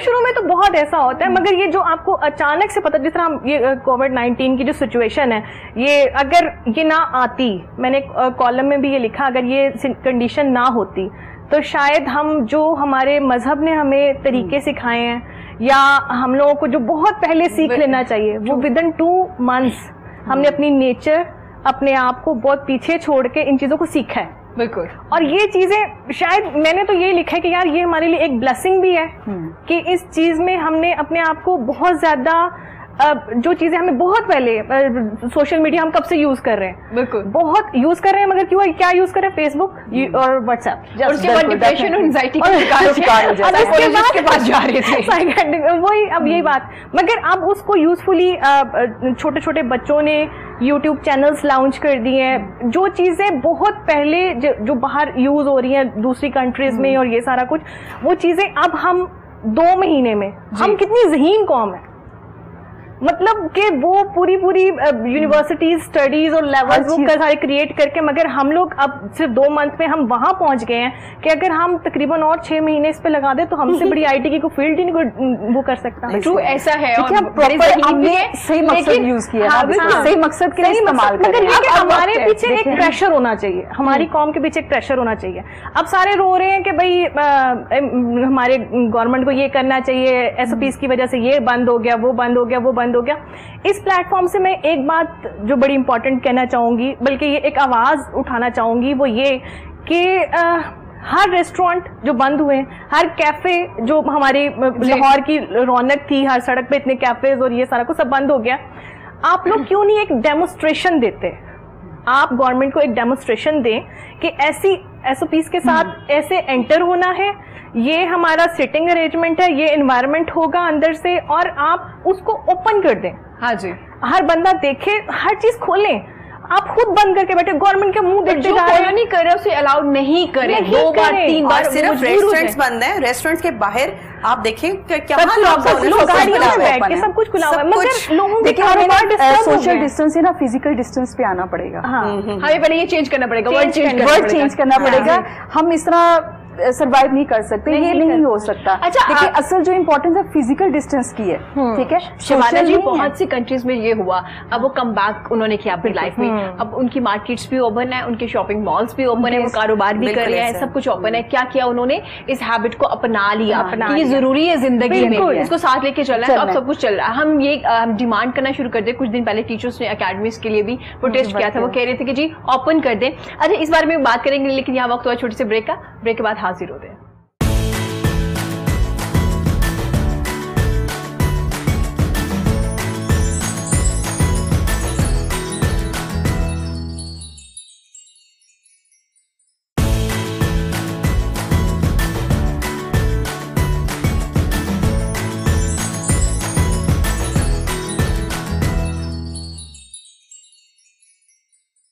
वेलकम बैक जी। गुफ्तगू का सिलसिला जारी है। मेरे साथ बड़ी प्यारी प्यारी मेहमान आज मौजूद है। शबाना जी हैं, सना है, नयाब हैं, फलक है। हम बात कर रहे थे जनाब टीचर ट्रेनिंग पे बात की, फिर हमने ये बात की कि हार्ड एंड सॉफ्ट स्किल्स कौन से हैं, किस तरह से आप इनको अपना सकते हैं। सॉफ्ट स्किल भी सीखे जा सकते हैं, वक्त के साथ साथ चीज़ें जो हैं वो आप अडॉप्ट कर सकते हैं। नयाब, आपसे पूछ रहे थे हम लोग स्किन के बारे में, जैसे आपने डिफरेंट प्रोसीजर्स बताए कि हर स्किन का डिफरेंट होता है और ट्रीटमेंट से इंशाल्लाह वो ठीक भी हो जाते हैं। फेस लिफ्टिंग क्या होता है आजकल, ये बड़ा सुनने में आता है और लोग बड़े कॉन्शियस हुए हुए हैं, और हर बंदे के फेस पे एक स्माइल है कि जी इसके बाद तो हमारा फेस बड़ा जबरदस्त लगने वाला है। ये बेसिकली है क्या? देखिए, फेस लिफ्ट आप उस वर्ड पे ना जाएं जी, ठीक है, कि लिफ्टिंग सबको चाहिए। अब आपके फेस पे लिफ्ट डिफरेंट वे है, उनके फेस पे लिफ्ट उनका डिफरेंट होगा जी। लिफ्टिंग बेसिकली आपकी एंटी एजिंग में भी आ जाता है, ठीक है, और स्किन टाइटनिंग में आ जाता है उसमें, और जैसे डबल चिन के इश्यूज हैं जिसमें, और उसे कवर हो जाते हैं, हो जाता है। देखिए, अब इसमें डिपेंड करता है कि पेशेंट को चाहिए क्या, ठीक हो गया, मतलब वो किस टाइप की लिफ्टिंग चाह रहा है जी। कुछ लोगों की स्कारिंग और रिंकल्स का इशू है, ठीक है, कुछ लोगों का डबल चिन का इश्यूज है, कुछ लोगों को एंटी एजिंग है। अब एंटी एजिंग में देखिए, नेचर के अगेंस्ट हम नहीं चल सकते, ठीक है, आप कुछ भी कर लें, कुछ भी परमानेंट नहीं है। लिफ्ट करना फेस, हाँ, टेम्परेरी तौर पे जैसे फेशियल्स होते हैं, आप आए, आप अपना, जैसे मैं नॉन इन्वेसिवली अगर रेडियो फ्रिक्वेंसी यूज करती हूँ उसके लिए, एंटी एजिंग के लिए या फेस लिफ्टिंग के लिए, मैं वीकली अगर आप सेशन ले रहे हो तो आप 5 to 6 सेशंस के बाद आपकी स्किन एक जगह ठहर जाती है, बिल्कुल आपको फील होता है कि आपकी स्किन लिफ्ट कर गई है, ठीक है, और उससे स्किन टोन भी बहुत अच्छी होती है, आपका कोलेजन भी डेवलप होता है। आहिस्ता आहिस्ता टाइम से आपका कोलेजन ना लूज होने लग जाता है, तो वो फिर रेडियो फ्रिक्वेंसी बहुत अच्छी है इसके लिए। ठीक है नायाब, इसको पूरे फेस पे किया जाता है या फॉर एग्जांपल डबल चिन के लिए करना है तो इस एरिया में करेंगे या आपको डबल चिन का इशू है तो आप डबल चिन पे करवा लें। ठीक है, अगर आपको पूरे फेस का इशू है तो आप पूरे फेस पे करवा लें। इसकी भी सिटिंग्स है ऑब्वियसली, लेकिन नायाब फर्स्ट सिटिंग में कोई फर्क फील होता है? एग्जैक्टली, क्यों नहीं होता? देखिए डिपेंड करता है, जैसे फेस हैवी है थोड़ा सा तो उसको तो बहुत विजिबल फर्क पड़ता है, जबरदस्त, बहुत विजिबल फर्क पड़ता है। उसी वक्त पेशेंट उठता है और मिरर में देखता है वाओ सीरियसली माशाल्लाह। अच्छा नायाब, कुछ लोग वैक्स बहुत करते हैं ना फेस पे, जिनके बाल होते हैं, तो आपकी स्किन जो है वो हो जाती है। वैक्स जो है, वैक्स तो मैंने बैन करवा दूं, मेरे बस में हो तो मैं बैन करवा दूं। नायाब आज बहुत सी चीजें बैन करवाई हैं हमारी शो से। वैक्स तो क्रॉस मेरे क्लिनिक पे ना लगा हुआ है कि वैक्स का तो नाम भी नहीं लेना। ठीक है, वैक्स की वजह से इतने इश्यूज हैं और हम लोगों को पता नहीं आप हॉट वैक्स फेस पे कैसे करवा सकते हैं। गरम गरम वैक्स आप फेस पे और आप फिर एकदम खिंचती है स्किन और वो स्किन किधर जा रही है। मेरे पास एक पेशेंट आई और चांद रात को मुझे कॉल आई इमरजेंसी कि आप अवेलेबल हैं, तो मैंने कहा जी हैं बताएं। मैंने कहा कॉल पे बात कर लें। अच्छा, अभी वैक्स करवाई है ब्यूटिशियन ने और स्किन उतर गई है और लिप के ऊपर वाली, लिप के ऊपर वाली, ओहो, अपर लिप्स पे वैक्स करवाई है और उसने ज्यादा पट्टी खींच दी है और वो मेरी स्किन वहीं से इतनी उतर गई है। मैंने कहा जी पिक्चर्स जरा भेजेंगी? पिक्चर्स भेजी तो मैं खुद देख के रह गई, वो ब्यूटिशियन कौन है? मैंने कहा आपने इसको कुछ कहा, कोई बात की कि क्या किया? वो कह रही कुछ नहीं हो जाएगा, कल तक ठीक हो जाएगा। मैंने कहा अल्लाह की बंदी, अब इसके ऊपर तुम ना मेकअप करना और ना हाथ लगवाना। फिर उसको मेडिकेशन जो उस वक्त जरूरी थी वो बताई, ईद तो उसकी हो गई खराब। ठीक है, आप उसकी जो स्कार रह गया वो अभी तक उस बेचारी ट्रीटमेंट करवा रही है। और आजकल हमारी सैलून्स में नई नई लड़कियां जो सीखने आती है ना, तो जो कॉलर की बाजी होती है ना, बड़ी बाजी जो होती है वो क्या कहती है, उन बच्चियों को मैनिक्योर पेडिक्योर और वैक्सिंग पे लगाते हैं। उनको तो आप डॉक्टर कहा, सॉरी मैं आपकी बात काट रही हूँ, आप उन ब्यूटिशियंस नहीं कह सकते डॉक्टर, आप उनको स्किन की डॉक्टर्स। हमें कुछ नहीं पता, उन्हें सब पता। अच्छा ठीक हो गया। वो क्या कहती है, उनको लगता है ये आसान काम है, जबकि मुझे लगता है मैनी पेडी आपके नेल्स का इशू इतना ज्यादा होता है, बीमारियां आपको लगती है और वैक्सिंग, ये दोनों चीजें अहम है। लेकिन हम लोग उन जो नए लोग आते हैं उनको ट्रेन करने के लिए उनके पल्ले डाल देते हैं। लाइफ में पेडी मैंने नहीं करवाया, नहीं कराया मैंने। वो हाथ इतने खूबसूरत है, क्या जरूरत? मैंने नहीं करवाया। अच्छा क्या करती है वैसे, कोई टिप भी बता दें किस तरह से है? धोती रहती हूँ सिर्फ ये नहीं कहती कि सुबह धो लिया फिर अब रात को धुलना है, ये धोती रहती हूँ। जबरदस्त, इसका मतलब ये है कि आपको हाथ धोने चाहिए, कोरोना से भी आप बच जाएंगे और आपके हाथ खूबसूरत हो जाएंगे। पाँव भी, आपका कलर सामने तो फिर इशू नहीं है, और पाँव भी और इशू नहीं है क्योंकि अल्लाह ने आपको कलर ऐसा दिया है, लेकिन नीट होने चाहिए। देखिए कलर पे मत जाए। कलर मैंने आपको पहले भी कहा कि कलर लोगों को क्रेज है, हमें गोरा करते हैं। मुझे कॉल आती है अपने जैसा कर दे, भाई मुझे बताए मैं अपने जैसा दाइशी तौर पे गोरी मैं कैसे करूं अपनी जैसी स्किन? देखे मैं खुद भी पर्सनली मैं सैलून कभी नहीं गई। अच्छा, मैं फेशियल्स नहीं करवाती, मैं कुछ नहीं करवाती, मैं झूठ नहीं बोल रही, क्योंकि ब्लीच तो मैंने मेरा ख्याल है जब स्टार्ट किया था, मेरा ख्याल है 2 या 3 दफा अपनी लाइफ में की होगी। ठीक, जब आपको नहीं पता होगा, जब नहीं पता था, जब मुझे पता चला कि ब्लीच के नुकसान कितने हैं। आप ब्लीच करके आप अपनी स्किन को थिन कर रहे हैं, और जब आपकी स्किन थिन हो जाएगी तो आपको पिगमेंटेशन स्टार्ट हो जाएगी। ठीक है, अब काफी प्रोडक्ट्स ऐसी हमारी माशाल्लाह मार्केट पे निकले हुए हैं। मिक्स क्रीमों वाला ट्रेंड बहुत है। ठीक है, मिक्स क्रीमें लगाओ और हम गोरे, मतलब हर दूसरा बंदा गोरा है। लेकिन नयाब आपको इस बात से एग्री करना पड़ेगा, बाकी मुंह इतने गोरे होते हैं वो जैसे भी होते हैं, आई डोंट नो, ठीक है आपको मैं बताती हूँ, वो गोरे तो होते हैं, फिर उनके हाथ भी देखा करें, ऐसे ऐसे तस्वीर खिंचवाएं। मेरे घर में मेरी मेड है माशाल्लाह से, मैं उसके सामने अच्छी खासी काली लगती हूँ, आप माशाल्लाह चमक रही होती है, लाइट में लग रही है। वो सनब्लॉक यूज करती है? वो नहीं करती, बस 1 साल की बात है, फिर पिगमेंटेशन। लेकिन अब मैंने उसको नोट किया, उसकी जो वेन्स है ना स्किन के, वो नजर आ रही है ना, और उसको डेफिनेटली आप मेरी बात लिख लें, इस पे नोट कर लें कि वो पिगमेंटेशन उसको होने वाली है। अब उसको वेन्स क्यों नजर आ रही हैं? उसने वो क्रीम्स लगा के, वो स्टीरॉइड्स हैं उसके अंदर, इतने स्टीरॉइड्स हैं कि वो स्किन इतनी थिन हो गई है। वो जाहिर सी बात है सनब्लॉक को यूज नहीं कर रही, वो आपके घर काम कर रही है, वो कहीं भी जा रही है, डायरेक्ट सनलाइट ले रही है। आप उसको 6 महीने की बात है, वो पिगमेंटेशन। मुझे भी मशवरे दे रही थी बाजी, आपकी एक्ने स्किन हो रही है, मुझे कोई लगानी है, मैं वहां पे भी ना लगाऊं। एक ब्लीच, एक ये मिक्स्ड क्रीम्स और एक ये आपका वैक्स, ये जो हॉट फेवरेट है हमारी ना, वैक्स करवा ले जी, वैक्स करवा ले। मतलब वैक्स स्पेस पे कौन करवाता है?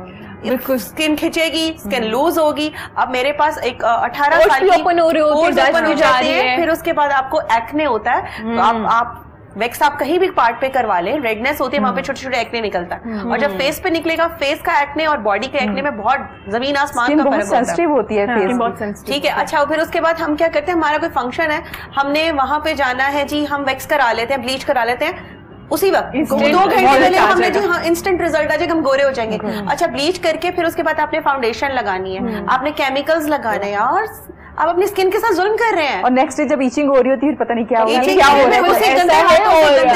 हम स्किन के साथ लगे होते हैं। लेकिन नायाब मैं आपसे ये भी पूछना चाहूंगी, क्योंकि आप लोगों के डिफरेंट फेशियल हैं अकॉर्डिंग टू स्किन, एक्ने है, पिगमेंटेशन है, जो भी प्रॉब्लम्स होती हैं, लेकिन जो हम सैलून्स में जाके आप फेशियल कराते, खैर आजकल उन्होंने भी हाइड्रा फेशियल शुरू कर दिया हुआ है, उनके पास भी डिफरेंट चीजें, फिर बोलूंगी फिर आप कहेंगे ज्यादा सच बोल रही है। अच्छा ठीक हो गया, आपको पता है उन्होंने भी स्टार्ट कर दिया हुआ है, क्योंकि एड्स वगैरह आ रहे थे, और फोन पे ना मैसेज भी आते हैं करीबी जो आपके डिस्काउंट होते हैं, हाँ उनके भी आते हैं। तो जनाब वो मुझे ये बताइएगा कि हम लोगों को अवेयरनेस की बड़ी जरूरत है, हमें ना इंस्टेंट गोरा रंग चाहिए, जिन लोगों का फौरन से मुंह धोने के बाद वो कहते हैं ना कि जी बड़ा अच्छा रिजल्ट है। क्लासेस देती है ना जी, अवेयरनेस देती है, ये ब्यूटिशियंस को सबको एक ही जगह पे बैठा के ना धूप के नीचे, फिर उसके बाद क्लास देनी चाहिए। रिजल्ट आपके सामने आएगा, रिजल्ट फिर ऐसा पता चलेगा, मतलब आप हाइड्रा फेशियल रख रहे हो, आप हाइड्रा फेशियल, आपको स्किन के टाइप्स पता है, आपको स्किन के लेयर्स पता है, आप एक्ने वाली स्किन पे हाइड्रा फेशियल करके आप उसका भी जम ले रहे हो, और नेक्स्ट बंदे को उसी प्रॉप से वो जम लगा रहे हो, उसको भी ये भी नहीं पता कि उसमें आप सीरम कौन से यूज करें, क्योंकि डॉक्टर को तो पता ही नहीं है, सीरम्स नहीं पता। अच्छा मैं आपको एक और बात, एक और हम बड़ा खुश होते हैं जरूर जरूर हम लोग बड़ा खुश होते हैं जब वो मशीन देखते हैं ना, वो जिस तरह से लाइट फेस पे जा रही होती है, हमें इस तरह से प्रोटोकॉल मिल रहा होता है, हम कहते हैं वाह वाह, इस पता नहीं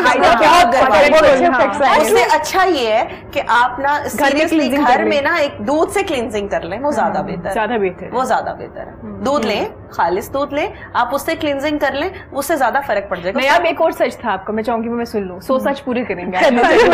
सच वो ये है कि आप तो लेटे हुए हैं बेड पर, आपको क्या पता सीरम है कि पानी है, आप अच्छे खासे पैसे चार्ज कर रहे हैं, दे रहे हैं आप उनको, आपको पता है। अब आप मुझे बताओ उसमें सीरम्स कौन से डलते हैं, पता है? नहीं पता, और मैंने वो और कभी स्मेल की है? नहीं बिल्कुल, क्योंकि वो हाँ, तो वो पानी डाल के आपका वो 2 मशीनें लगाई और वो जी आप डन है। हाँ मतलब आपको पता है, ठीक है। और वो सीरम्स इतने एक्सपेंसिव हैं कि हर कोई अफोर्ड नहीं कर सकता। मैं अभी कॉस्ट नहीं बताती, लेकिन वो सीरम्स बहुत एक्सपेंसिव है। यहाँ पे वहां उसकी कॉपी आ गई है, बॉटल्स वही है बट अंदर कुछ नहीं है, पर्सनली चेक किया कुछ भी नहीं है, रेप्लिका आ गया जैसे डिजाइनर का जी, वही रेप्लिका का दौर है, तो फिर जैसे डिजाइनर्स हमारे हम तो शॉर्ट वे ढूंढते हैं ना कहीं से, हमें कहीं से बस कम खर्च और मुनाफा ज्यादा, और फिर आवाम दौड़ती भी उसी तरफ है। अब ये नई टेक्नोलॉजी है जी, इसके बाद तो हम एलियन बन के निकलेंगे। साइकोलॉजिकली इफेक्ट है, पेशेंट लेता है, नहीं आपकी स्किन बहुत अच्छी है, आप बहुत, आपको तो ऐसा फर्क पड़ गया, आप तो वो लग रही है, और बेचारी के साथ कुछ भी नहीं हुआ होता, नजर आ रहा होता है कि मेरे फेस पे कुछ हो गया है। वो ट्रेनिंग है ना, माइंड के साथ खेल रहे हैं। ब्यूटिशियंस के पास बैठे हुए हैं, वो ब्लीच इतनी लगा के बिठा देते हैं। देखिए आप ब्लीच करोगे, आपने गोरे होना ही होना है, कितनी देर के लिए? आप मुझे बताएं, हमने फेशियल करा, उसका रिजल्ट कितनी देर तक रहता है? अच्छा, जो ब्लीच से ऐसे होता है कि जब आप करवा लेते हैं ना 2 दिन आप, या बल्कि 1 दिन रहते हैं, उसके बाद जो बुरा हाल, आपकी अपनी ओरिजिनल जो स्किन है ना वो भी डैमेज हो रही है उससे। ब्लीच क्या कर रही है? ब्लीच गोल्डन करती है ना कलर को, और उसके अंदर जो केमिकल्स, आपको ईचिंग हो रही होती है, आप क्यों पंखे के नीचे बैठे होते हैं? और अब ब्लीच में भी इतनी इकसाम आ गई है कि आसानी से आप 10 रुपीज में भी लेके ना कर सकते हैं, इतनी आसानी। मैं तो कहती हूँ कि तेजाब ले लो यार, उससे मुंह धो लिया करो, सीरियसली।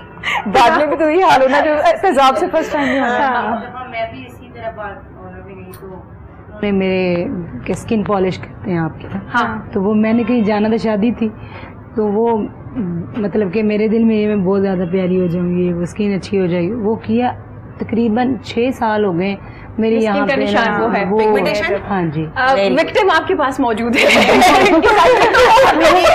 मेरी फ्यूचर प्लान्स में है, मेरी काफी ब्यूटिशियंस मेरे एरिया में, वो काफी ब्यूटिशियंस मेरे पास आती हैं। अच्छा। तो मैंने सोचा हुआ है कि इनको बिठा के, उन्होंने हाइड्रा फेशियल जिन्होंने रखी हुई, इनको क्लासेस मैं देती हूँ, मैं हाइड्रा फेशियल की क्लासेस देती हूँ।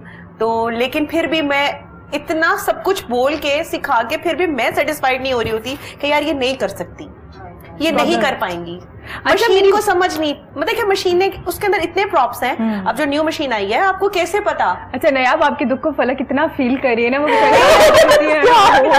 उसको जो आपके अंदर से चीजें निकल रही है ना, वो आपके दुख को बड़ा फील। आप बात करी थी ना कि वो एकदम से आपकी वो स्टार्ट हो जाती है, खराब होना शुरू हो जाती है। अच्छा मैं आपकी बात सुन के सोच रही हूँ मेरी अच्छा इस बारे में मजीद बात करेंगे, लेकिन ट्रेनिंग के लिए आपको बड़ी मेहनत करनी पड़ेगी, बहुत से लोगों को इकट्ठा। मेरे पास लोग हैं और वो डेली बेसिस पे कॉल्स भी आती हैं। जी अब कब स्टार्ट कर रही हैं आप? नहीं आप वर्कशॉप स्टार्ट कर दीजिए, क्योंकि बिल्कुल जी जी बिल्कुल मैंने की है, मैं देती हूँ वर्कशॉप्स, मैं क्लासेस देती हूँ।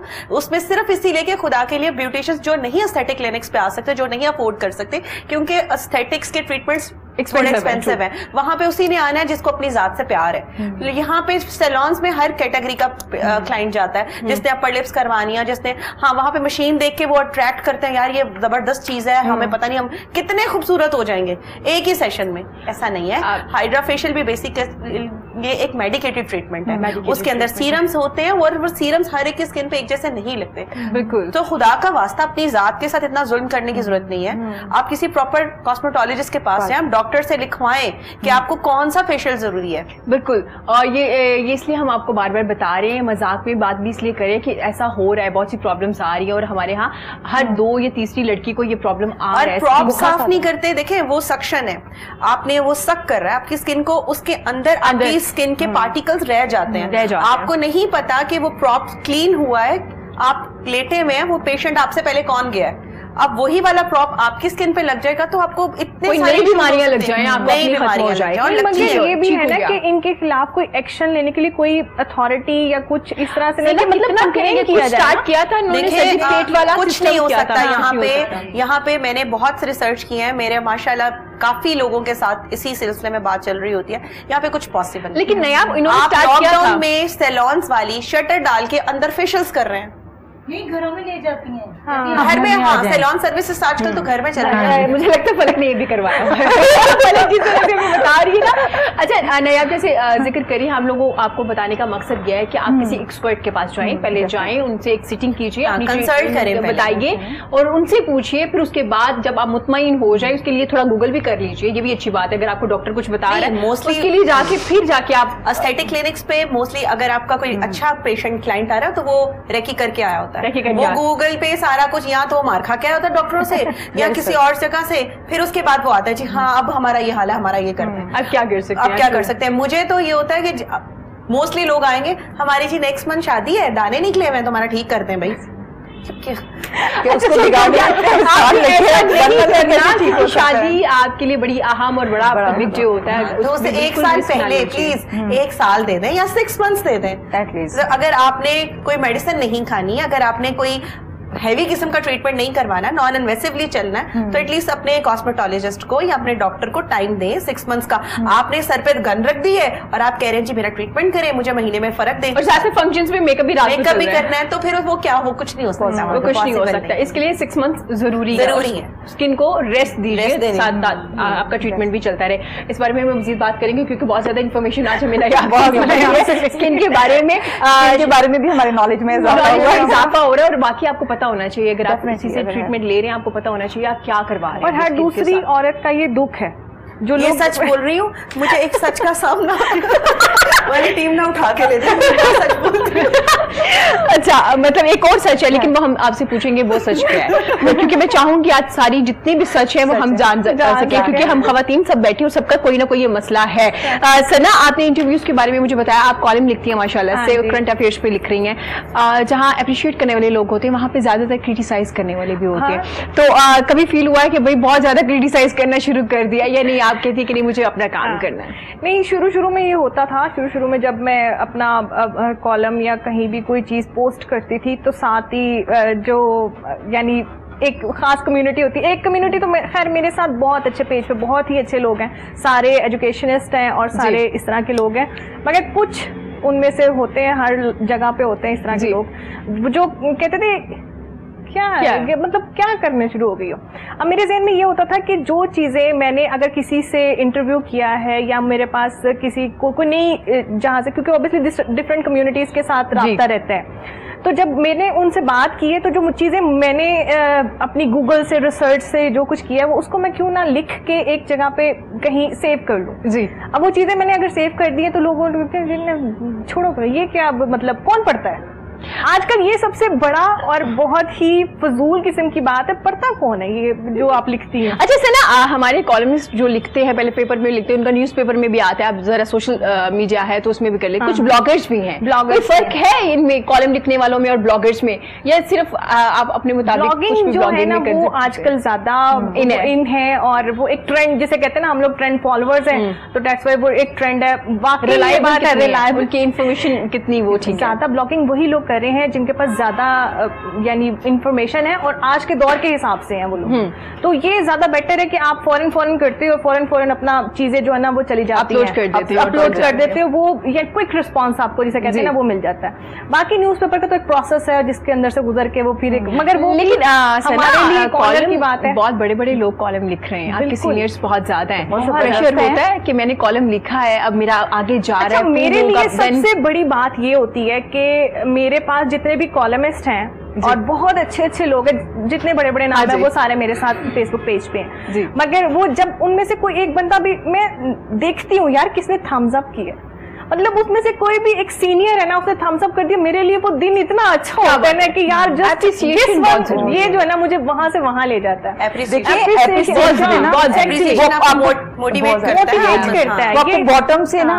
और हमारी प्रॉब्लम ये है कि हम लोगों को आदत ही नहीं है किसी को अप्रिशिएट करने की। बिल्कुल भी हम लोग अच्छा भी लगा, हाँ ठीक है, आहिस्ता आहिस्ता इस माशरे में हम दिन में कह रहे होते नहीं मेरे फेसबुक पे कोई ट्रीटमेंट की पोस्ट आई है या कुछ आया 100 गैर लोग लाइक कर देंगे अपने, तो जो ये सबसे बड़ी प्रॉब्लम है। वो देखते जरूर हैं बट नो थम्स अप भी नहीं है। मैं ये जानती हूं ना, देखिए एप्रिसिएशन हर डिपार्टमेंट में। देखिए एक आपके थम्स अप से दूसरे की लाइफ में कितना चेंज इवन कि टीचर्स जब आपके बच्चों को स्टार्स मिलता है ना, वो बच्चे की जो खुशी होती है और अगले दिन उसका दिल करता है कि मेरी मैम अब वो ज्यादा खुश हो और मैं अच्छे से काम करूँ। इसका मतलब एप्रिसिएशन और सिंगिंग अगर करे तो दाद बड़ी जरूरी होती है, ऑक्सीजन का काम कर रही होती है, तो इस तरह से एप्रिसिएशन आप अप्रिशिएट कर दिया करें, इससे आप खुद भी मुतमईन रहते हैं क्योंकि आपके दिल में कोई बात नहीं आ रही होती, नेगेटिविटी नहीं आ रही होती। बहुत ज्यादा आप की सोच पॉजिटिव होती है, आप पॉजिटिव थिंकर हो जाते हैं, आपकी अपनी पर्सनैलिटी में बहुत चेंज आता है।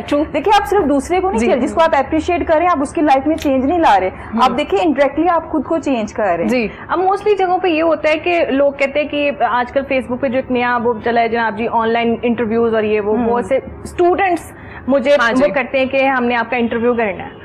मैं कहती हूँ ठीक है आप फौरन करें। क्यों? क्योंकि वो उनकी मोटिवेशन वो कहाँ से कहाँ चले जाते हैं कि यार चलो ठीक है जहाँ भी है जो भी सिस्टम है वो चल रहा है, बहुत अच्छा लग रहा है, उनका वो फर्स्ट स्टेप है जो वो ले रहे हैं। और उस पे अगर मैं कहीं ना कहीं 0 पॉइंट या पॉइंट भी कहीं काम आ गई तो इट्स मीन के वो कहाँ से कहाँ जाएंगे। और कल यही बच्चे जब कहीं पहुंचे होंगे या कहीं जैसा मैं अपने टीचर्स की या जिन्होंने मेरा पहला कॉलम प्रिंट करवाया, मैं कभी यानी मैं उनकी सारी जिंदगी तस्वीर बना के रखी होगी आज तक, बना के रखी होंगी। यस, और जिन्होंने प्रिंट करवाया वो लोग मेरे लिए बहुत अजीम है। मैं कहती मेरे अपने उस्ताद है, मेरे अपने जो टीचर्स है जो थम्स अप कर देती है, मैं देखती हूँ यार मेरी उस टीचर अभी तक नहीं आया, फिर अच्छा चलो कोई बात नहीं आ जाएगा, इंतजार होता है।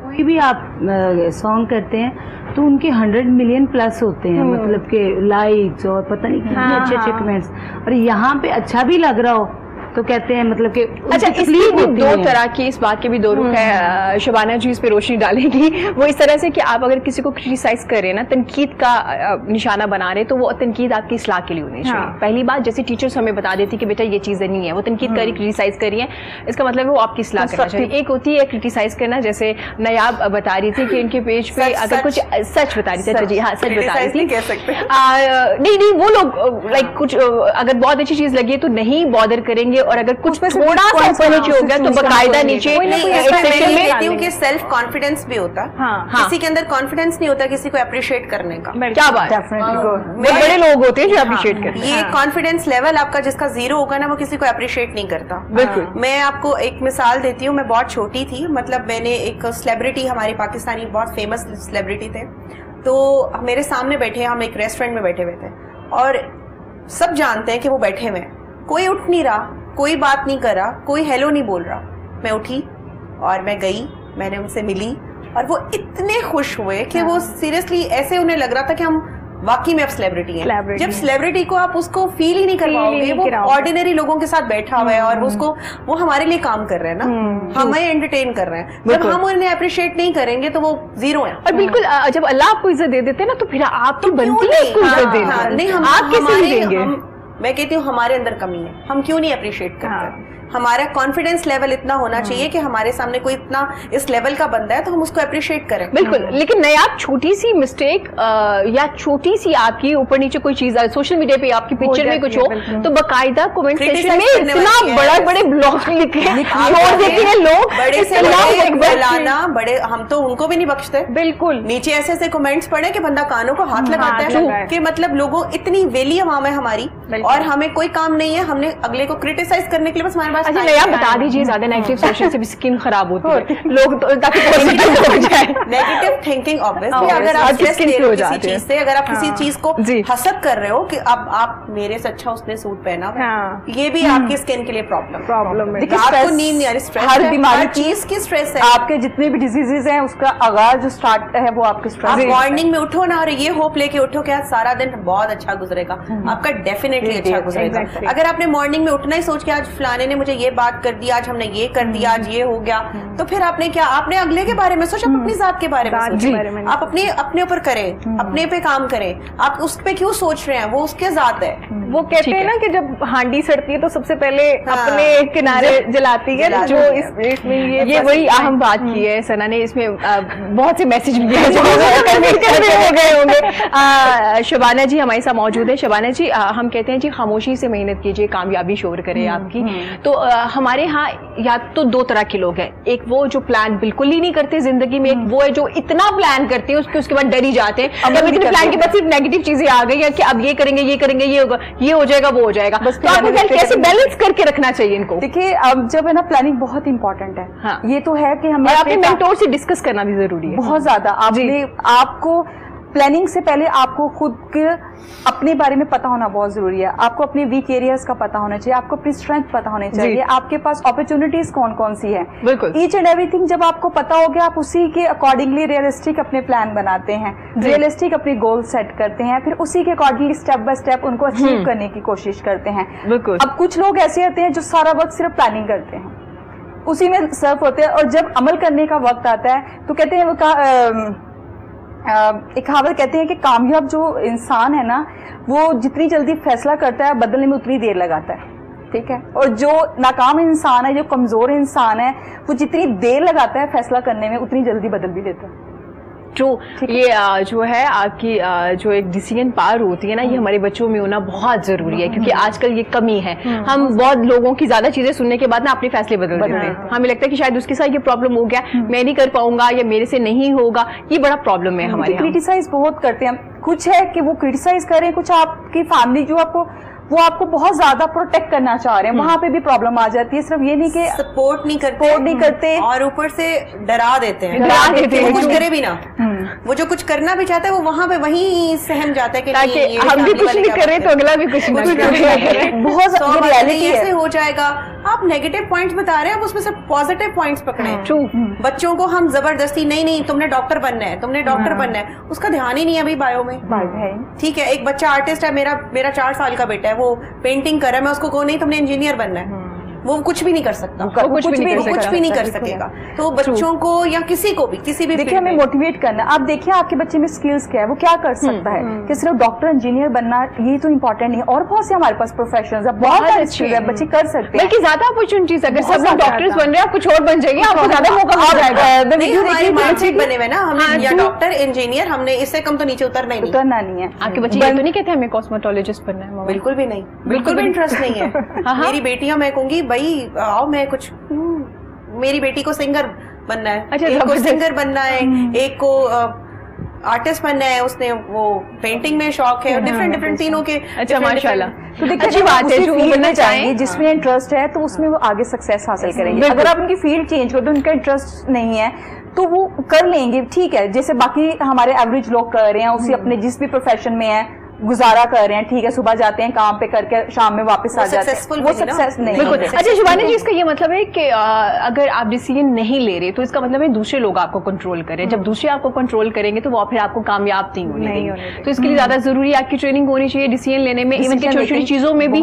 जब आप घर में कोई चीज ले रहे हैं, बाय करने जा रहे हैं, तो बजाय के इतनी लंबी डिस्कशन और किसी को फोन करके पूछे, आप फौरन से डिसीजन ले और अपने लिए बाय करें। तो यहीं से ये हैबिट स्टार्ट। देखिए हम बच्चों में देखें ना, हम बच्चों को हर फैसिलिटी देते हैं, हर फैसिलिटीज दे रहे हैं, हर चीज दे रहे हैं, लेकिन डिसीजन लेने का वो जो ना प्यार है वो नहीं दे रहे। नहीं, ये देना बच्चों को इंडिपेंडेंट करना चाहिए। आपने छोटी सी उम्र में 1 साल से ही उनको छोड़ दो कि वो अपना काम खुद करें। अच्छा नयाब, उसमें भी ये तरीका कार है कि आप उसको अच्छी और बुरी दोनों चीज बता दें, देन उनसे कहें कि अब आप क्या चूज करना चाहते हैं, या आप पे डिपेंड करता है। वो ज्यादा अच्छी आप सीखने से होगा। वो जब तक हम मैदान में छोड़ेंगे नहीं बच्चे को, उधर उसको नहीं पता चलेगा कहाँ गिरेगा और कहाँ से उठना है। बिल्कुल, हमारे बच्चों को छोटे होते हम उनकी सेल्फ ग्रूमिंग नहीं करते, हम कहते हैं उनके कैरेक्टर बिल्डिंग नहीं हो रही, पर्सनालिटी डेवलप नहीं, बड़े होकर बच्चों को बनाया फोकस करना है ना, ट्यूशन, कारी साहब, अकेडमी, और उसके बाद रात को थोड़ा सा के अलावा कुछ नहीं। देखिए जो एज होती है बच्चे की सीखने की, कहा जाता है कि हम जो प्री स्कूल की जो छोटी एज है ना उसमें बच्चे सीखते हैं, वो बेस बनती है, वहाँ उनकी कैरेक्टर बिल्डिंग होती है, उनकी पर्सनालिटी डेवलप होती है,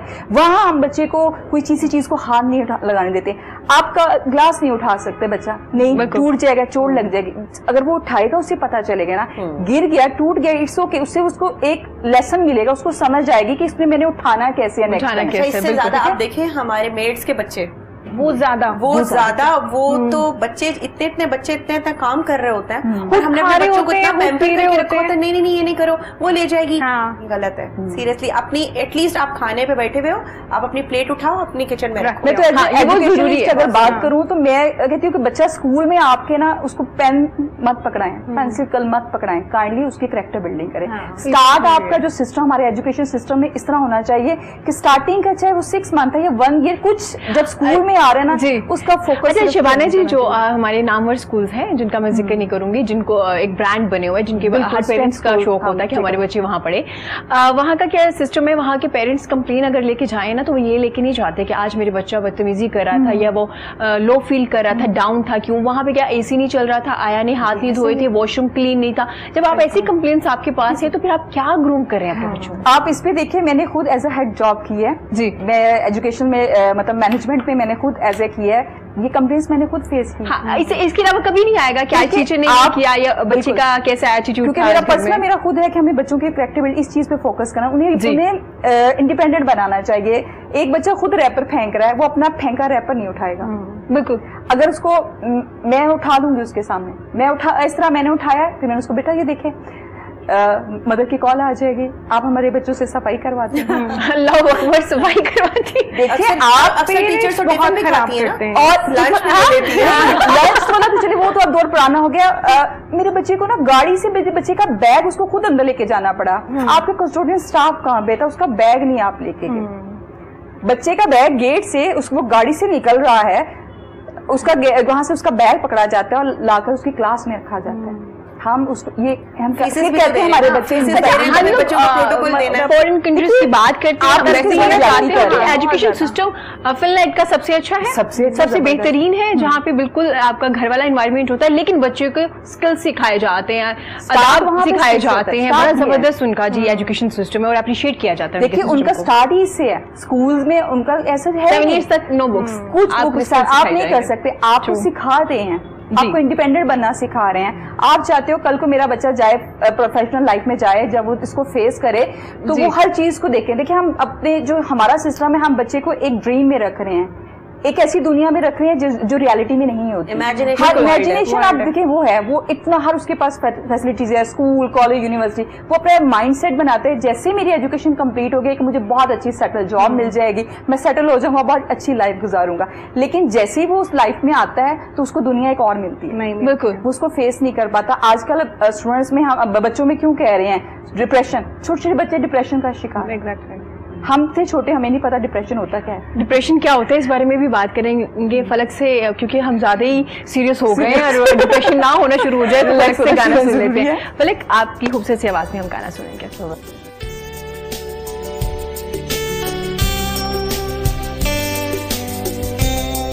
कहाँ हो तुम, चले आओ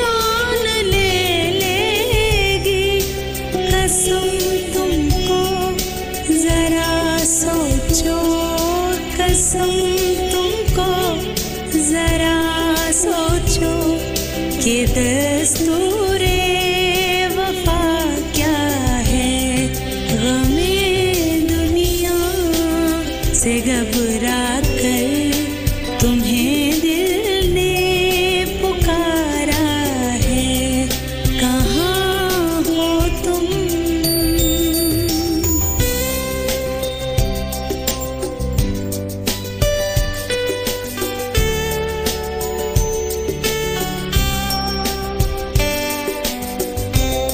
ना जाने किस लिए दुनिया की नजरें फिर गई हमसे, ना जाने किस लिए दुनिया की नजरें फिर गई हमसे, तुम्हें देखा तुम्हें चाहा, तुम्हें देखा तुम्हें चाहा, कसूर इसके सिवा क्या है, गमे दुनिया से घबरा कर तुम्हें दिल ने पुकारा है, कहाँ हो तुम।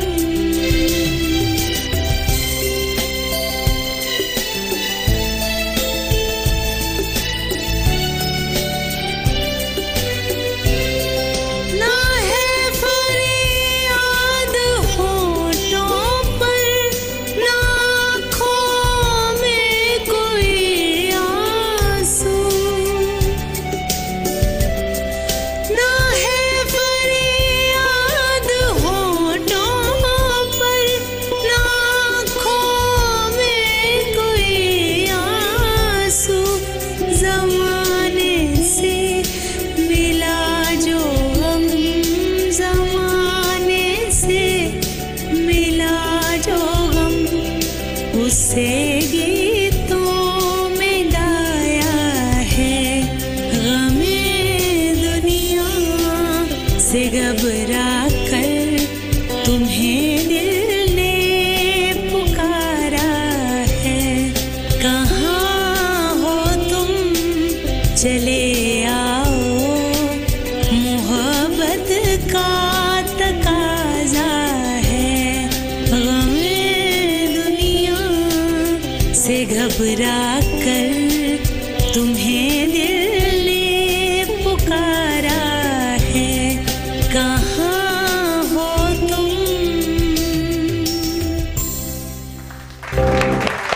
जबरदस्त, बड़ा ही खूबसूरत आपने सिलेक्शन और दुनिया में पहुंच गए। सीरियसली सब खामोशी से कुछ ना कुछ बिल्कुल जबरदस्त फलक, बड़ा अच्छा गाया आपने, सच से दूर कर दिया सच से दूर कर दिया।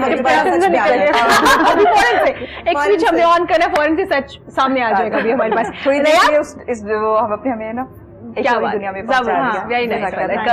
नयाब, आप परमानेंट मेकअप भी आपके कर रहे हैं। परमानेंट मेकअप जैसे कि ज्यादातर लोगों का ये होता है ना कि मेकअप करने से आपकी स्किन खराब होती है, अब परमानेंट आपकी स्किन में मेकअप हो रहा है, उसके कोई साइड इफेक्ट है?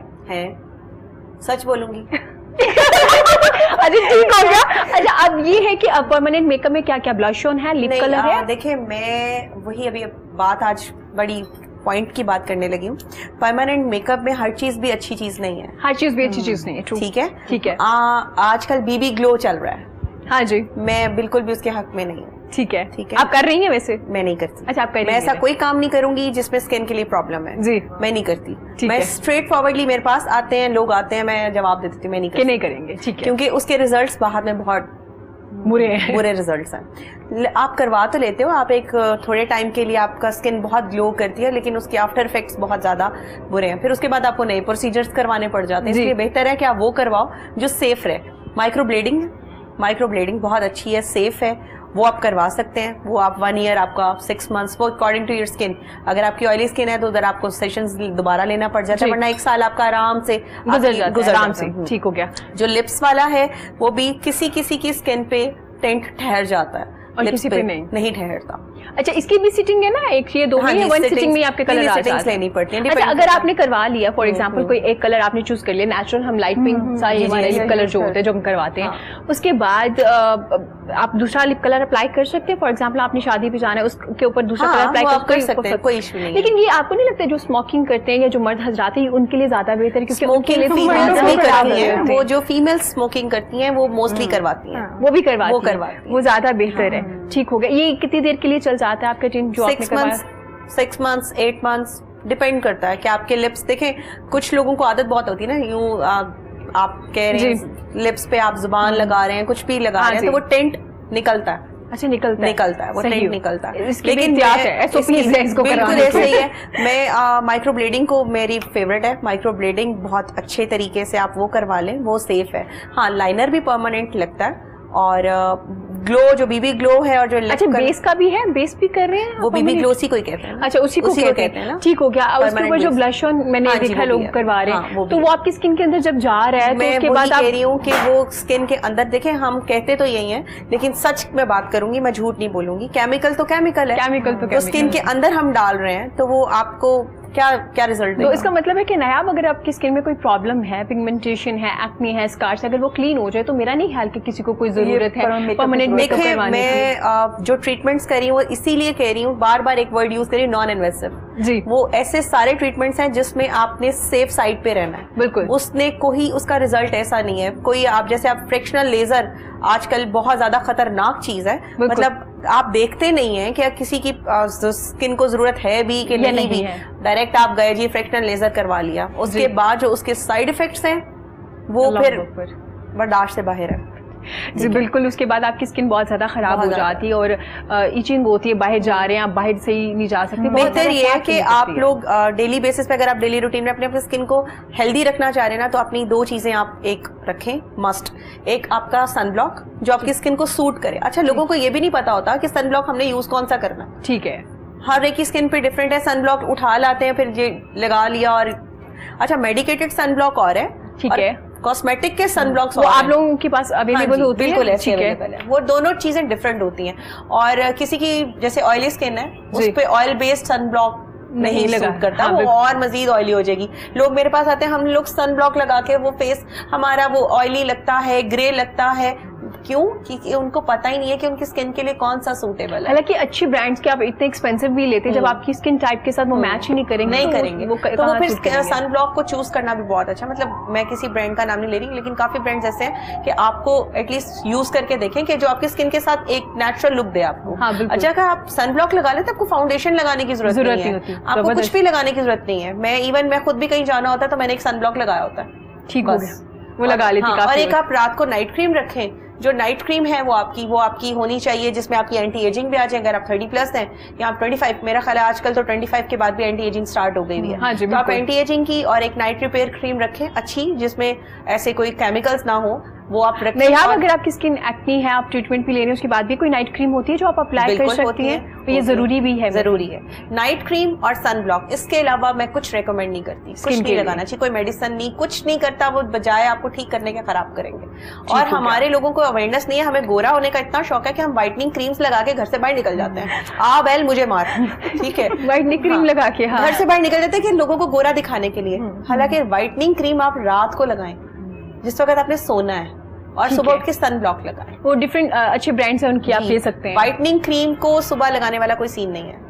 ठीक हो गया। वो कुछ लोग इसलिए भी लगा लेते हैं ना कि ज्यादा टाइम लगाएंगे हो जाएंगे, वो ज्यादा फिर रिवर्स हो जाता है, वो जो रहते हैं वो भी नहीं रहते। लेकिन वो रेस्ट तो जरूरी है, वो आपकी स्किन को रेस्ट चाहिए होता है, उसके लिए स्किन को रेस्ट चाहिए होता है। सनब्लॉक आपको हर चीज से प्रोटेक्ट कर रही होती है। आप इतनी लाइट्स कैमरे के सामने या आप चूल्हे के सामने, ब्यूटिशियंस को स्पेशली जिन्होंने रिबॉन्डिंग करनी है, जिन्होंने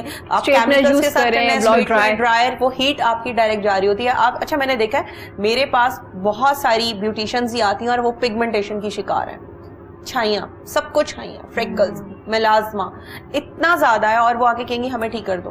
वो वजह क्या होती है, वो हर अपना सैलून है, बैठ जाती है और फेशियल और ब्लीचर थोप के लगवाई है, और वो आफ्टर 10 ईयर्स के बाद फिर वो जब ये हालत हो जाती है, देखें आप अपना आप प्रेजेंट कर रहे हैं ब्यूटी की इंडस्ट्री में, जब मैं ही अच्छी नहीं लगूंगी, जब मेरे फेस पे स्कार्स है, मैं आपको क्या मोटिवेट करूंगी? हाँ बिल्कुल, और लोग देखते भी हैं कि आपकी अपनी स्किन कैसी है, लोग बहुत ज्यादा देखें ऐसी बात भी नहीं है। आप कुछ जैसे हेयर ट्रांसप्लांट करते हैं, उनके अपने सर पे बाल नहीं होते, लोगों के बाल लगाते हैं, ये नहीं कि डॉक्टर को खुद को बुखार नहीं हो सकता, होता है, लेकिन आप केयर करें, केयर करें, आप केयर नहीं करनी। अब ये बात नहीं है कि डॉक्टर को खुद बुखार चढ़ा हुआ है और वो कह रहे हैं तुम्हारा बुखार ठीक कर दूंगा। हाँ बिल्कुल, पहले खुद को ट्रीट करना पड़ेगा, फिर दूसरे को जाके आप ट्रीट कर सकते हैं। इस बारे में मजीद बात भी करेंगे, लेकिन शबाना जी हमारे साथ मौजूद है, तो शबाना जी से आप पूछेंगे, शबाना जी ख़वातीन को अगर आप स्टडी कर रही हैं और आपको थोड़ी प्रॉब्लम भी है अपनी फील्ड चूज़ करने में, आप क्या रिकमेंड करती हैं उन लड़कियों को कि उनको कौन सी अपनी जो स्टडी है वो सिलेक्ट करनी चाहिए, कौन सी डिपार्टमेंट में आना चाहिए, ताकि उनके लिए आसानी हो और वो आगे भी आफ्टर शादी की ज़्यादा प्रॉब्लम होती है लोगों को कि वो कंटिन्यू कर सकें चीज़ें? देखिए आजकल सिचुएशन तो चेंज हो रही है, फीमेल हर फील्ड में जा रही है। हाँ, ठीक है, पहले एक था कि नहीं फीमेल के लिए स्पेसिफिक प्रोफेशन थे, वो घर वाले भी अलाउ करते थे टीचर बन जाओ। तो फीमेल के लिए स्पेशली जो सबसे कहते हैं ओके जो सिक्योर है, ठीक है, जब दिल चाहे छोड़ दिया, हाँ जी ठीक है, इसमें क्या है, चलें ठीक है, जब तक फ्री हैं आप टीचिंग कर लें। तो नहीं, टीचिंग बहुत अच्छा प्रोफेशन है अल्हम्दुलिल्लाह, बड़े जबरदस्त टीचर्स काम कर रहे हैं, पैगंबराना पेशा है। आपको एक खास शोबे के लिए चुना जाता है, तो मेरी मेंटोर हमेशा कहती हैं कि जो टीचर्स हैं वो चुने जाते हैं, वो सिलेक्ट नहीं, क्योंकि उन्होंने आगे सिखाना होता है। तो देखिए आपके लिए, आप फीमेल हैं, आप अपना इंटरेस्ट देखें, आप किस फील्ड में जाना चाह रही हैं, आप जा सकते हैं। आजकल फीमेल हर फील्ड में है मेरे ख्याल है, और ऑनलाइन सिस्टम इतना हो गया है कि आप घर में बैठ के भी आसानी से बहुत सी चीजें कर रही हैं। देखिए अब कोविड-19 में है, जो स्टूडेंट्स हैं, टीचर्स हैं, उनकी जॉब चली गई। सबसे प्रॉब्लम जो फेस करना पड़ा वो ये थी, सबसे पहले उनको फ्री किया गया कि उनकी जॉब्स के है, उनको सैलरी देना पड़ा। अब वो ऑनलाइन ट्यूशन सेंटर, जैसे कि हम लोग बात करिए, उन्होंने अपना सेटअप स्टार्ट कर लिया जी। वो ऑनलाइन कुकिंग, अगर कुकिंग में एक्सपर्ट है, वो अपनी वो दे रही हैं, दूसरों को गाइड कर रही हैं। स्पेशली जो आजकल जो मैंने फीमेल्स में देखा है, जो टीचिंग फील्ड से वो बसता है, वो सबसे ज्यादा है कि ऑनलाइन वो अकेडमी उन्होंने अपनी स्टार्ट कर लिया, ट्रेन कर रही हैं स्टूडेंट्स को, वो सर्विस प्रोवाइड कर रही हैं, समर कैंप लगा रही हैं, और एक वक्त में आप डिफरेंट लोगों को पढ़ा भी सकते हैं, आपके पास मौके भी ज्यादा होंगे, सोर्स ऑफ इनकम ज्यादा हो जाएगा आपके बजाय किसी इंस्टीट्यूट के साथ आना चाहिए। इंटरेस्ट है, अगर आपका इंटरेस्ट जिस फील्ड में है, मेरे ख्याल में फीमेल्स को जाना चाहिए, लेकिन ये है कि हाँ हमें उस चीज को, हमारी सोसाइटी इस चीज को थोड़ा सा आप देखें, टीचिंग की फील्ड को बहुत ज्यादा, एक तो स्पेशली कि आपको अपने घर के लिए टाइम मिल जाता है, ये बहुत इसके लिए सबसे ज्यादा फीमेल का एक, फीमेल्स आती भी इसी वजह से हैं कि चले हम हाफ डे जॉब है जी, तो लेकिन मैं कहती हूँ कि टीचिंग हाफ डे जॉब नहीं है, बिल्कुल 24/7 है। टीचिंग के लिए बहुत स्टैमिना चाहिए, स्टैमिना चाहिए। आप अपने बच्चे को 2 घंटे से ज्यादा आप क्वेश्चन कर सकते हैं। आप एक पूरी क्लास को, आपकी स्ट्रेंथ है लाइक 40 to 50 अगर स्ट्रेंथ है क्लास की, तो मैं तो कहती हूँ hats off to you seriously class teachers के लिए कि इनका इतना स्टैमिना होता है। लेकिन छोटे बच्चों को टीचर्स पढ़ा रही हैं कि आपने सिर्फ क्लास में पढ़ाना, छोटे बच्चे फिर कंट्रोलेबल हैं। अच्छा, आजकल के बड़े बच्चों को आप कंट्रोल नहीं कर सकते, उनके ऐसे ऐसे क्वेश्चंस हैं कि बंदा के दिमाग फट जाता है। आप और बाकी आजकल का बच्चा वो क्वेश्चन करता है जो नहीं पता, तो इसलिए टीचर का ट्रेन होना बहुत जरूरी है, उसका वेल ग्रूम होना, उसके पास नॉलेज होना जरूरी है। अगर नॉलेज होगा तो वो अपने स्टूडेंट्स को सेटिस्फाई कर सकते हैं, अपने स्टूडेंट्स के आंसर दे सकते हैं। और आजकल के तो बच्चे ऐसे ऐसे क्वेश्चंस पूछते हैं कि टीचर भी थोड़ी सी घूम जाती है, वजह है कि हमारी टीचर का एक्सप्लोर उतना नहीं जितना। अच्छा, उसकी रीजन में भी आप अंदर की बात मैं भी एक सच बता देती हूँ, उसकी रीजन ये होती है, जब टीचर लेक्चर दे रही होती है ना, हमारे पास फोन होता है, हम गूगल कर लेते हैं फौरन, उसके बाद हम क्वेश्चन भी देख लेते हैं। अलाउ नहीं होता, बहुत सी चीजें मोबाइल अलाउ नहीं होता है क्लासेस में। हम लोग जिस टीचर को थोड़ा फंसाना चाह रहे होते थे, वो इसी तरह से करके कर लेते थे। लेकिन अच्छी बात है, जैसे नायाब जिक्र कर रही हैं कि आज के बच्चे बहुत तेज हैं, ओवर स्मार्ट बहुत जो जनरेशन आगे आएगी ना, हम लोग बहुत डायरेक्शन देना बहुत जरूरी है। आजकल के बच्चे पैदा होते साथ ही तो मोबाइल है उनके पास, हम यूट्यूब पे खोल के वीडियोस देख रहे होते हैं, हमें यूट्यूब का पता भी नहीं होता था। ठीक है, आज यूट्यूब पे ये लिखे ना, ये इधर आ जाएगा, जो कुछ पूछना है यार छोड़ो, इसे गूगल करो, यूट्यूब खोलो, सब कुछ तो अवेलेबल है। स्टेटस से पता चल रहा हो कि बच्चा उनका टिकटॉक बना रहे हैं, अपलोड कर रहे हैं।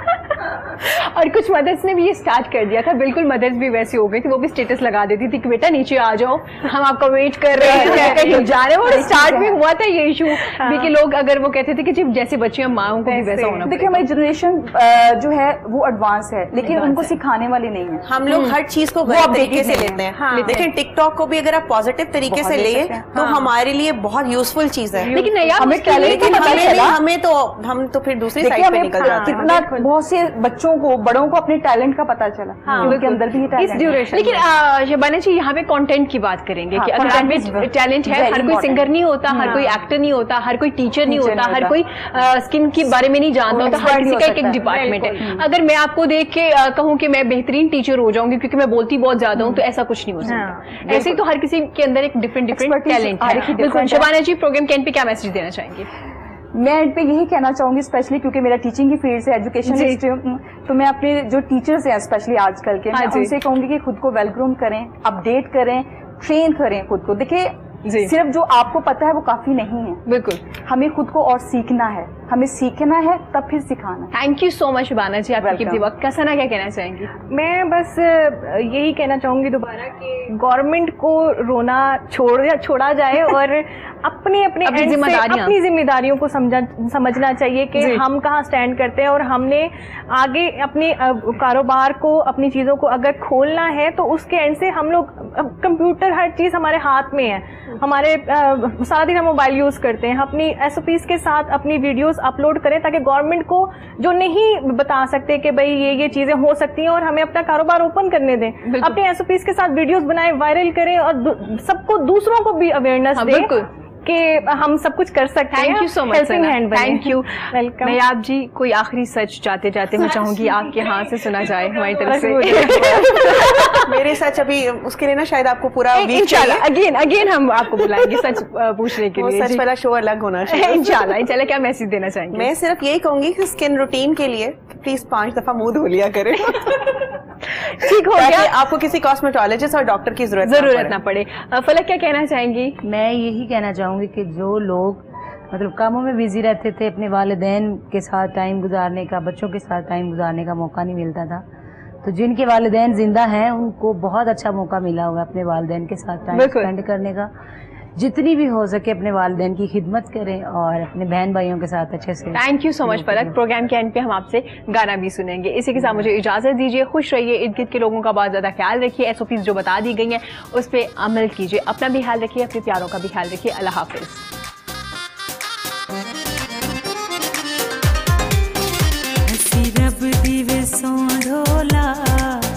प्यार तेरे नाल कर दे, हसी रब दी वे सौ ढोला, प्यार तेरे नाल कर दे। वे लोकी मरदे ने साडे ते, वे लोकी मरदे ने साडे ते, हसी तेरे उत्ते मरदे, हसी रब दी वे सौ ढोला, प्यार तेरे नाल कर दे।